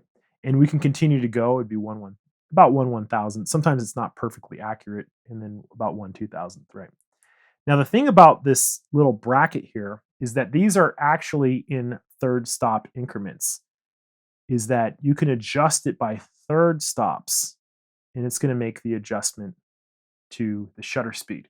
So that is how aperture priority works. We covered a lot of information about it. It is a great mode to use. I always tell the story of when I was a wedding photographer, I would shoot on aperture priority. Why? Because you'll be inside of a dark church, and here come the bride and groom, and now they're walking out into the lobby, and now they're outdoors. Those are 3 different conditions of light, and you're walking, you don't want to trip. You also need to capture the moment. So it's just one less thing for you to worry about as a photographer. As a sports shooter, I also almost always use aperture priority. Some people don't. It's just a matter of preference and taste. But aperture priority should be your home base. So now what I want to do is talk about, I'm going to change a setting here before we go over. Let's talk about time value, which is really shutter speed priority. So in shutter priority, a lot of beginners like it because we can dial in our shutter speed directly. If you remember, we changed the aperture with our primary selector, numero uno. In time value mode or shutter priority mode, the primary selector changes the shutter speed. And this is why I like to call it the primary selector, is the primary selector changes the most important setting depending on the mode that we're in. So it's different depending on the modes, right? And it's the opposite of aperture priority, is that as I change the shutter speed, I'm going to tap the shutter button so we can see this, the camera's changing the aperture. If we use a longer shutter speed, we're letting in more light. With shutter speed, the camera is making the aperture smaller and smaller as we let in more and more light to compensate for it, right? So if you are shooting a sporting event, I really believe it's around, you really need about 1/500th of a second. You can see the camera's not happy. This is how the camera is complaining. It's flashing its aperture number at us. It's like, we have a problem. And the problem is that with this shutter speed, we can't really see anything. It's just too dark. The camera is telling you, I'm not happy, but I'm going to do what you're telling me. And it's trying to give you a warning. So if you're shooting, grown adults sprinting at a track or maybe football, it's going to be even a faster shutter speed, maybe 1/1000, maybe 1/2000. And we have a really tight pixel density in our sensor. We may need to use even a faster shutter speed. But let's come back to this 1/500th of a second example. And let me ask you, if you were in this situation, what would you do? We have our minimum shutter speed requirement. If we don't have it, they are going to be blurry. The camera cannot open up its aperture any further. What is the correct step? Now, if you said adjust your ISO, you are absolutely correct. In this case, this is the perfect time to start bumping your ISO up. We just don't have enough light for what we're trying to do. So we might have to shoot at 3200 maybe even more. Let's say 3200. Camera has stopped flashing at us. It's little 4.0, right? Camera is satisfied to a degree, and we could shoot this event, whether it's basketball or whatever, at 1/500th of a second. Everything's cool. So that is a really good tip to know. In some cases, we may even need to go even faster, right? And then again, we would have to bump this up even more to satisfy it, understanding that there's this risk that we would get the grain as we increase our ISO. Now, you can also do this same bumping up of the ISO in aperture priority. So I'm switching back to aperture priority. In the case that you would do it here, I'm going to turn it down a little bit, is if I was shooting a sport, let's say at f4, and I don't have the shutter speed that I want, let's say I want it 1/500, I could turn it up and just sneak a peek over here, and I would know, okay, hey, now it's fast enough. So that's a different way to do it in aperture priority. So that is the difference between the two modes, is that we can change either the aperture or the shutter speed, depending on the mode, and we could sneak a peek when we tap the shutter button, take a look, tweak it with our ISO. The truth of the matter is I don't really use shutter priority mode, and I don't really recommend it, although it is good for learning in cases like this when you're first getting started. Let's talk about the program mode. You'll notice as soon as I turn to the P mode, program mode, is that we don't see either the shutter speed or the aperture. And when I rotate the primary selector wheel, nothing happens. So in this case, I tap the shutter button, and you can see that I can now change the shutter speed. There's no indicator control for the aperture. So in this case, we're basically selecting the shutter speed, and the camera is selecting the aperture just like it did in shutter priority mode. And now we also still have our exposure compensation control. But what program mode really does is it creates combinations that work in certain situations. The best case scenario, I believe, for program mode is what we talked about earlier. If you're just getting started, but for Canon cameras, the program mode is also the handheld flash mode. So if you're getting into strobes, speed lights, and you put a speed light on top of here, program mode is a good way to start. And I know professional photographers who shoot in program mode for speed lights, but I don't like it as much because we don't get as much control, and I prefer aperture priority mode and manual. Speaking of manual, let's take a look at manual mode. In manual mode, you will notice as soon as I turn here, it's overexposed because my ISO is so high. And we can also change ISO by pressing the ISO button on top of the camera, touching and dragging. There's multiple ways to change your ISO. It's really nice. You'll notice in manual mode, M, that we have controls for both the shutter speed and the aperture. The camera doesn't make any adjustments for us in manual mode. We have to dial everything in. I can change the shutter speed with my primary selector. I can change the aperture with the secondary selector. And I can also change my ISO in any of the ways that I demonstrated. I use manual mode mostly when I have more time. So if I'm shooting in a studio setting, for example, if I'm shooting with strobes, if there's no pressure or rush, and I have time to correct things and it's not an action shot, I shoot almost exclusively in manual. If it's a timing thing or a sports or a motion thing, I'm almost always in aperture priority. And you will notice here also that we don't really have a way to change exposure compensation with our wheels. It's not available. So exposure compensation doesn't really work in manual mode, right? But there is something interesting about this little bar down here, is that it becomes sort of like an exposure indicator, how bright or how dark something is. So we get this tick mark here, right? So if I go with something brighter, you can see that it's moving over. So it really becomes sort of like a light meter. And again, for some people, manual's even easier because they just dial the settings in, they see the exposure that they get, and they just shoot. Now, having said all of this, I want to take the opportunity to talk about auto ISO. For most of these lessons, I have dialed in a specific ISO number, but there is a setting in here called auto, this is where our ISO is. Auto ISO gives the camera permission to control the ISO settings, meaning the camera is going to change the ISO depending on your lighting conditions, and it can change it rapidly, even from shot to shot within a fraction of a second. Now, I usually do not use this, but there are certain times and places that it will be a valuable thing to know. Let's say you're shooting MMA fighting, it's indoors, there's strobe lights, sometimes they're bright, sometimes they're dark, and it's constantly changing. And we know that we want a shutter speed of 1/500th of a second, right?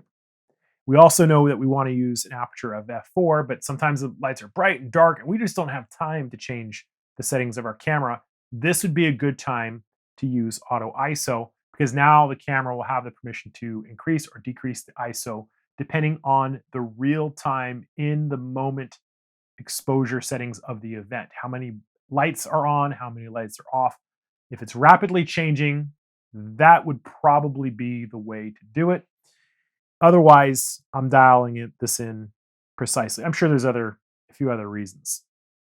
So we've talked about aperture priority, shutter priority, program mode. We've talked about manual mode. I've covered a little bit about the dummy mode. It turns your camera into a point and shoot, basically. But we also have this other mode here called FV mode. FV mode, or flexible priority, is something that Canon has invented. I've only seen it on Canon cameras. And it basically allows users to determine which of the three settings, shutter speed, aperture, and ISO, will be the automatic mode. So it starts off in auto on all three. And let's say you just knew that you wanted, to use a fast shutter speed, let's say 1/500th of a second for sports. And that's all you knew. Well, now it has your aperture at auto and your ISO at auto. We could even tweak it further and say, okay, we wanted this ISO. So the flexible priority allows us to determine, to specifically tell the camera which options we want it to control and which ones we do not. It's very similar to each of those four modes we just demonstrated, but this can be a little bit more intuitive if you're first getting started. And that's basically the idea of it. Something you'll notice on this is that as I rotate my secondary control wheel, I can determine what is being changed with the primary selector. So depending on how you want to operate this, get this back onto auto. So that's the idea of it, is it gives us some flexibility to determine what the camera is going to manage, what we will manage, as well as what our primary selector wheel will manage. The bulb mode is the letter B. And when you have the bulb mode, essentially what it means is that you can do much longer exposures by pushing the shutter button down. Here's the first release. And you can see that we get this timer in the bottom right-hand corner. And then when I release my finger, the exposure ends. So that's what the bulb mode does. And in certain situations, you can take very long exposures. Certain types of astrophotography, you'd want to use bulb mode. And then we start getting into problems with how the camera is shaking, right? Because there's, if you're pushing the camera or whatever, it's a problem. A couple other modes that we have on the mode dial is we have this scene feature. And the idea of this is to try to make it easier for beginning photographers to, basically select a situation that they're in and turn it over to the camera, let the camera do it. For the most part, I don't really mess with these because all of these can be managed more or less using the other modes that I've shown you. And it really is kind of turning your camera into a point and shoot. Now, there are a couple exceptions like the HDR mode, handheld night scene. Some of these, silent shutter, it just makes it easier to get to those settings. If you were in let's say a museum and there's no shutter noises, we could select this completely silent, right? You'll notice this banding I'll talk about in just a second. So that is really what the scene modes are for. And we can come in, change them here on the bottom, kids, panning, close up. Some of them are kind of fun, just depending on what you're doing. But for the most part, this isn't really a serious tool because you can access these in these techniques and other means. So I don't really use them. When we come in to these different effects, some of them, again, are kind of interesting, like the HDR modes are kind of fun. There's a miniature effect that creates almost like a tilt shift lens to make certain things like teeny tiny. Toy camera. Again, I don't see these as professional tools, so I never use them, but they are fun to play around with if you ever, if you get bored and you just want to see what they do. But that's what they are. You'll also notice that we have these different settings, C1, C2, and C3. And real quick, the way those work is those are our custom mode settings. We can set up our camera to be in a specific mode, whatever we like. Let's say we're doing portrait shooting and we like to shoot at f4 and we like to have certain picture styles, or maybe we like AI servo and we want to have a specific white balance. We would just come in, we would set all this up exactly the way we like it. And then at that point, we would come into the menu and we would go to our custom shooting mode 1 through 3, register the settings, and we would tell the camera to remember the settings at the C1 position. So if you do different kinds of shooting, whether you're a portrait photographer and a sports shooter, and you don't want to have to readjust your settings every time, you would set up custom settings. Scuba diving is another one. If you have a housing, you would have very specific settings, and then you don't have to tweak the settings. You just rotate this to the C1 dial when you are ready to shoot. Notice the white balance is off. That is how those custom mode settings work. Now, something else that you saw just recently, I'm going to demonstrate this. Let me turn this back to auto white balance, is that you saw some banding when I took this picture, this one, when it was on the electronic shutter mode. So I am shooting with LED lights, and LED lights actually flicker. And I have a video as to why they flicker on my YouTube channel. And what's happening is there's a missynchronization between the scan of the image and how often the lights are flickering. You will also see this in a video mode. So let me make this happen. I'm going to use a fast shutter speed, maybe something like that. There it is. There is the artifact. I can't tell you how many times I get emails and questions from, oh my gosh, my camera is broken. It's doing this weird line thing. And this again has to do with LED lights. The way this is being scanned in the flickering lighting condition is creating these banding effects. So for video, the way you resolve this is you use a shutter speed of about 125th of a second or longer. You're not going to see it here. The moment you go over that is when you start to see it. Also, if you are using an electronic shutter in an LED environment, you're also going to see that flickering. Sometimes there's no way you can get around it because the establishment's using it. So if you see that, if you can use mechanical shutter doesn't have the problem. I'll demonstrate it. Let's go back to stills. Mechanical shutter, no problem, right? Silent shutter, turn this on, repeat. Everything's the same, just electronic shutter. There you go. So that is what's happening, is electronic shutter will show those artifacts for LED lighting. Let's talk about the multifunction button. It's on the top of the camera, just in front of the primary selector. So when we push the multifunction button, it pulls up a small menu giving us access to a number of different items, including ISO. Then also we have our different control wheels here. You have our primary indicator and our secondary indicator. And what that's telling us is that we can shift through the different categories by continuing to push on the multifunction button, which is what I'm doing.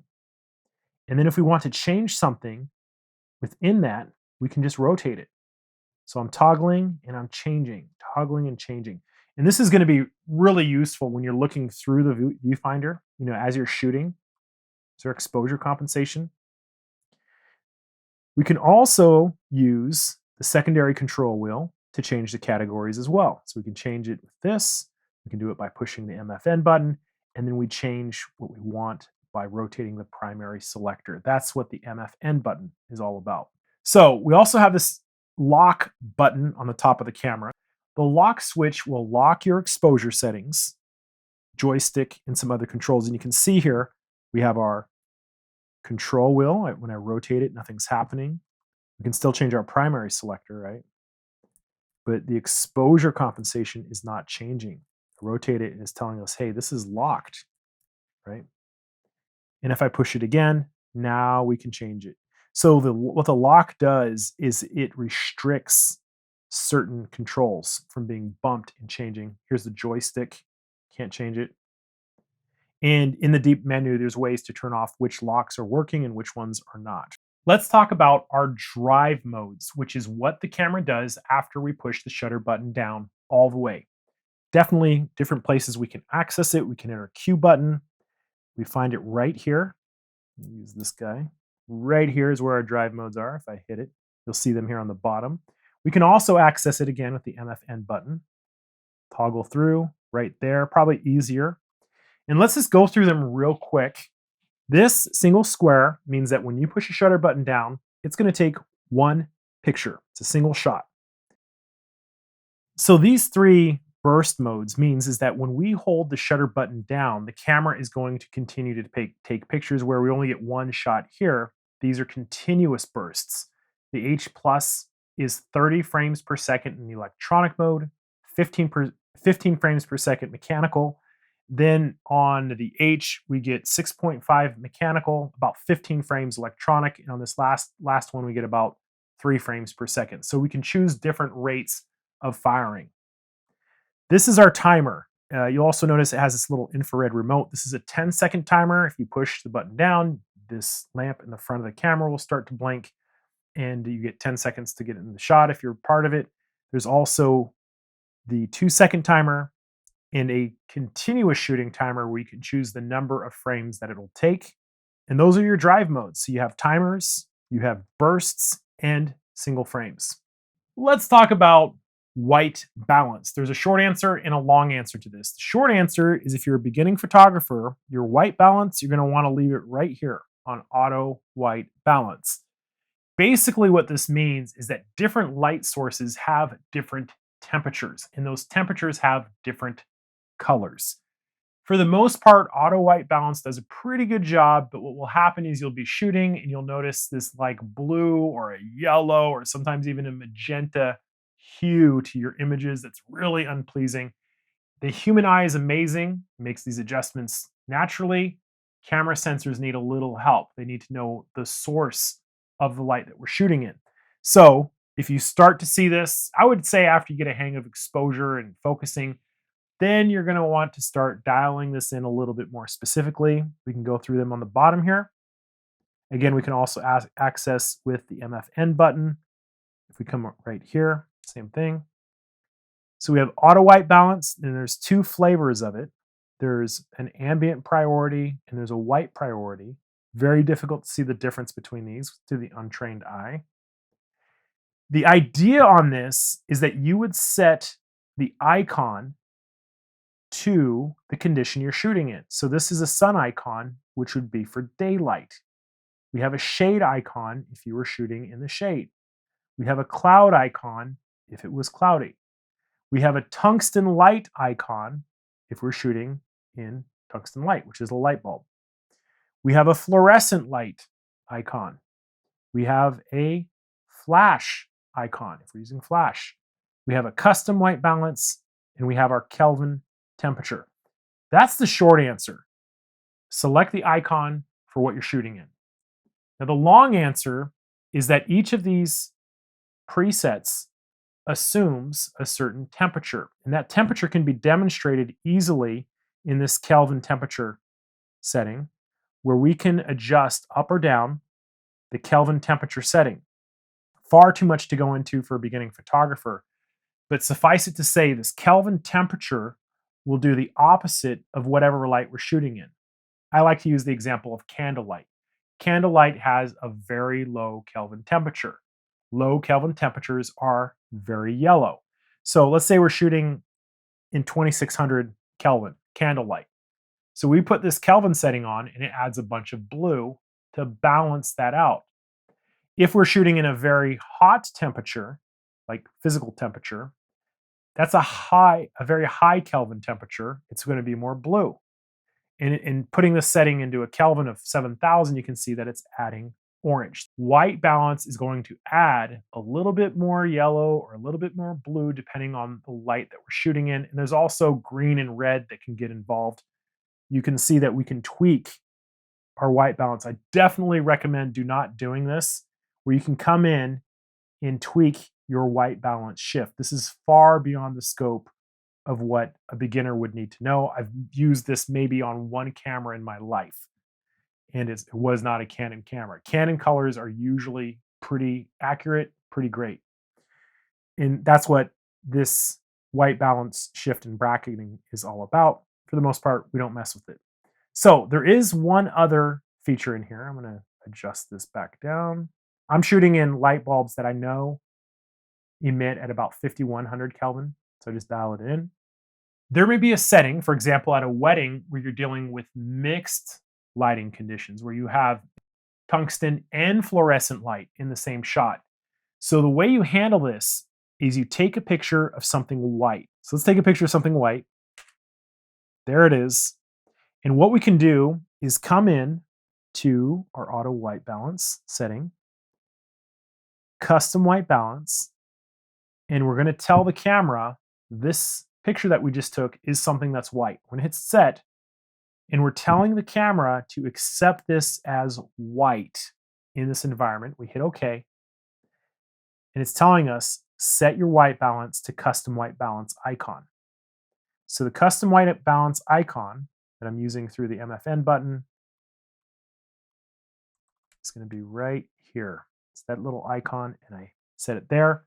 That is how you custom white balance.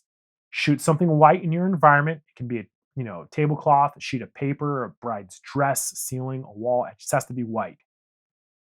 Then you come in, tell the camera this is what I sampled, change it to custom white balance, and it can really save you.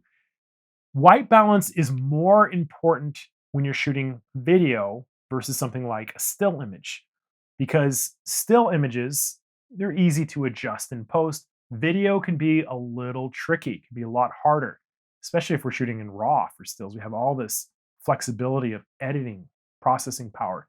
So yeah, keep that in mind. Video settings, make sure you have your white balance dialed in correctly. We'll talk about video stuff more on the crash course. Okay, real quick, let's talk about our metering modes. If you remember in the example of Aperture Priority when I was covering the camera, and we had a change in exposure settings, this is what we're dealing with, is how the camera is measuring light in the metering mode. So I have a flashlight here on top of a tripod. And the easiest way for me to teach this particular lesson is to talk about spot metering mode. So when I put the camera into spot metering mode, you'll notice as I pan away from that flashlight, we get this circle in the middle of our screen. And sometimes I see people on the forum and in the Facebook group, they're like, what is this circle and how did I get it? That is your spot metering mode. And you can select it right here. It's on the bottom. What that circle is saying is we're telling the camera to sample light only from that circle and nowhere else. And I can prove this because right now, when I tap the shutter button, it's recommending an exposure of f4.5 with a shutter speed of 1/320th of a second, right? And as long as I stay away from that light, it pretty much is in that ballpark. But the moment we cross over into that headlight, it recommends a much faster shutter speed, 1/8000th of a second. In fact, it's so bright, it's telling us it cannot properly expose for that light. And if we continue going past it, the moment we get outside of that circle, it goes to a much longer shutter speed. And this is the heart of the matter when we're talking about metering modes. Metering modes allow us to select certain patterns and shape to tell the camera where to sample light from. And spot is the most obvious of these.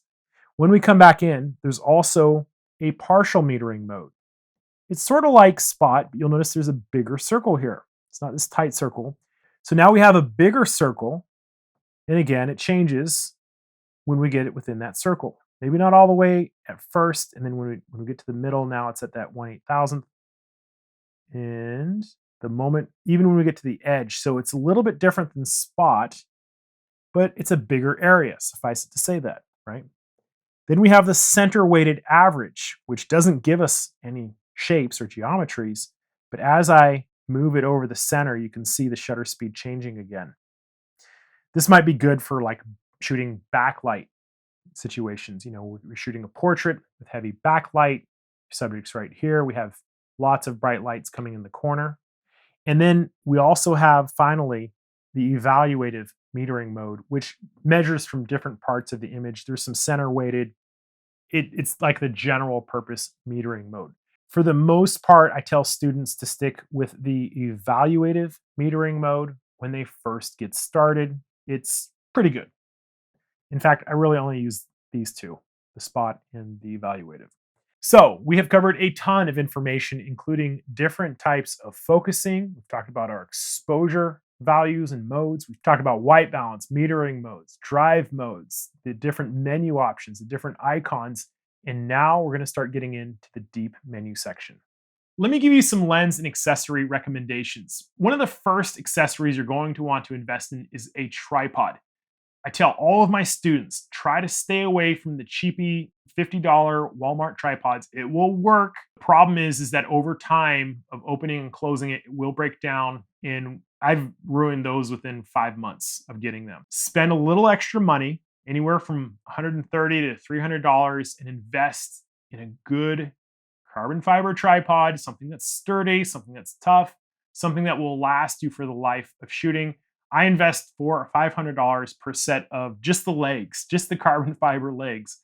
I like Bogen Manfrotto. They do have a lower, more affordable version that's pretty good called the Be Free. And there are some other companies that have some decent tripods, but almost all of them are over $100.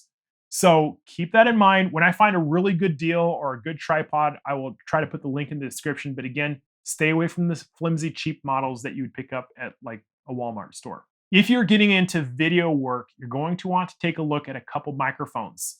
The first microphone that I recommend to every beginning videographer is the MAVEN mic, made by yours truly.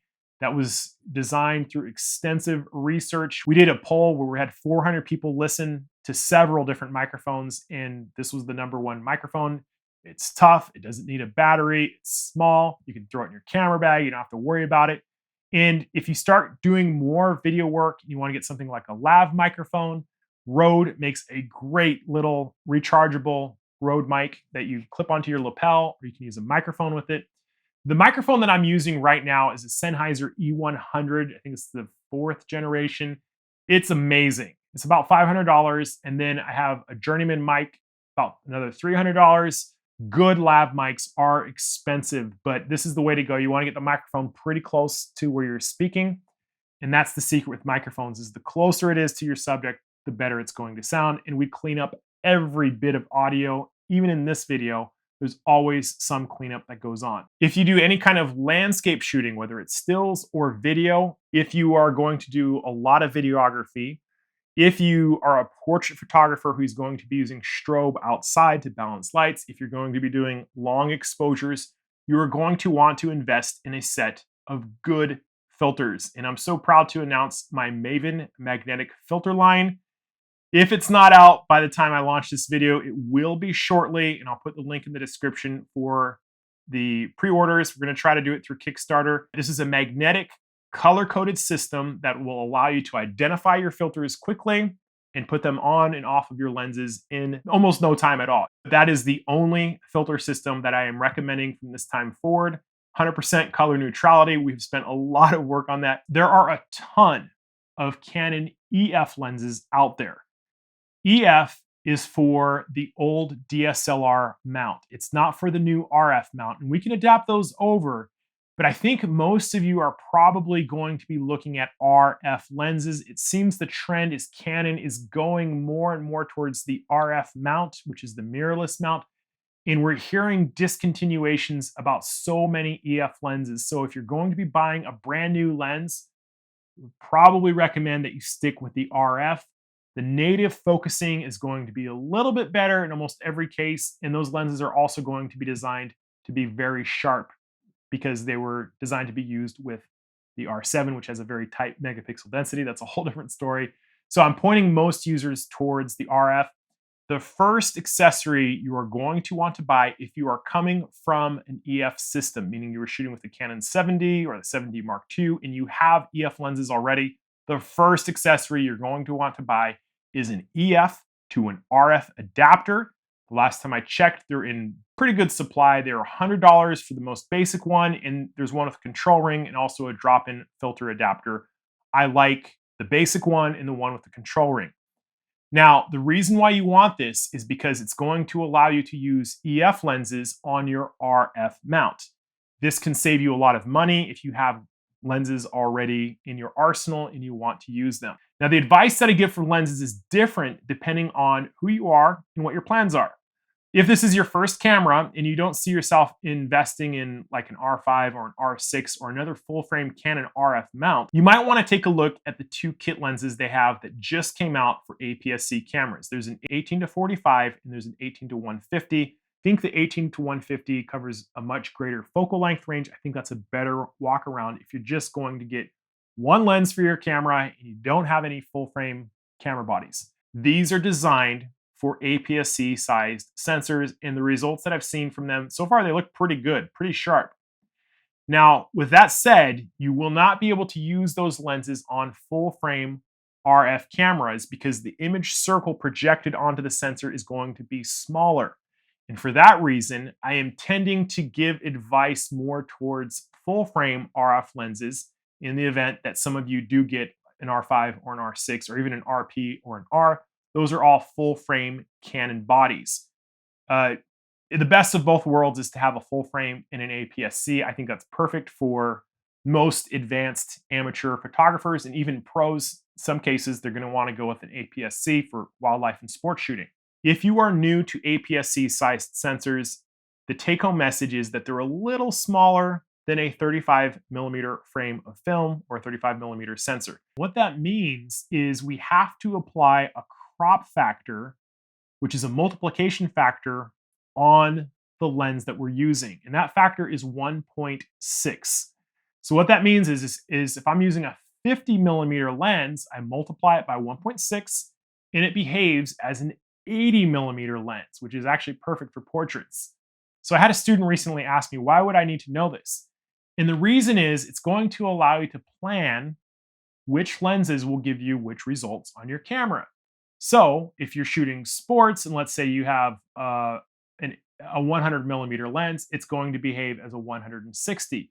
Or if you're trying to shoot wide angle and you're trying to use, let's say, a 24mm lens, well, you got to multiply that by 1.6. It may not be wide enough. So having said all that, let me give you a couple lens recommendations, starting with those who are on a budget.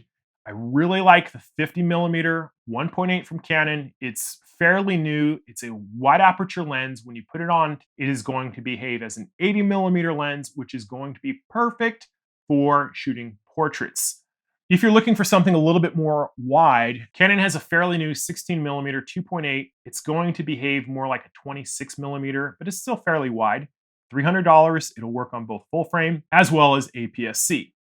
If you're looking for a general walk-around lens that works on both full frame and APS-C, there is a 24-105 kit lens. But if you have a little bit of money to invest, say just over $1,000, I love the 24-105 f4. That is an amazing lens. I have used multiple copies of it, and it has always been super sharp and amazing. If you're going to be doing sports shooting, wildlife shooting, rapid, whatever kind of fast motion shooting you're doing, and you're looking for a budget zoom lens, highly recommend the 100-400 RF. It's a fairly new lens. I own it. I use it. It's not the sharpest lens out there, but bang for your buck, it is more than enough. So I think that's a really good place to start because the 100-500 RF is a very expensive lens that's very high end. It is awesome if you're going to be doing heavy shooting. Again, designed for full frame cameras, but the quality of the glass and the resolution and the sharpness, it's going to be better than on some of these lower end lenses. I'm not ripping on anybody's lenses. I'm just giving you the truth. Some other lenses that I would recommend if you have an unlimited budget is the 70-200 2.8 RF. I own it. I use it. I love it. It's amazing. There's also a 24-70 2.8 RF. And there is also an amazing 28-70 f2. It's a huge piece of glass. It's $3,000. They're very hard to find. It's one of the most amazing zoom lenses I've ever seen. Having said all that, just check out the Facebook group before you purchase a lens. Get some feedback from some other users. How do they like it? We're dealing with a very fast focusing camera, and until I do the tests, I won't know if there's any problems, but I will be making some more videos. If you have enjoyed this free tutorial and you're ready to invest in yourself to take it to the next level, check out my Canon R7 crash course. The link is in the description. If it's not ready, it'll take you to my blog. You can leave your name and your email address. We will notify you as soon as it's ready. I want to say thank you so much for watching this, for your support. It means so much to me, and I look forward to bringing you more great videos about the R7. Can't wait to see you in the Facebook group. Have a great day.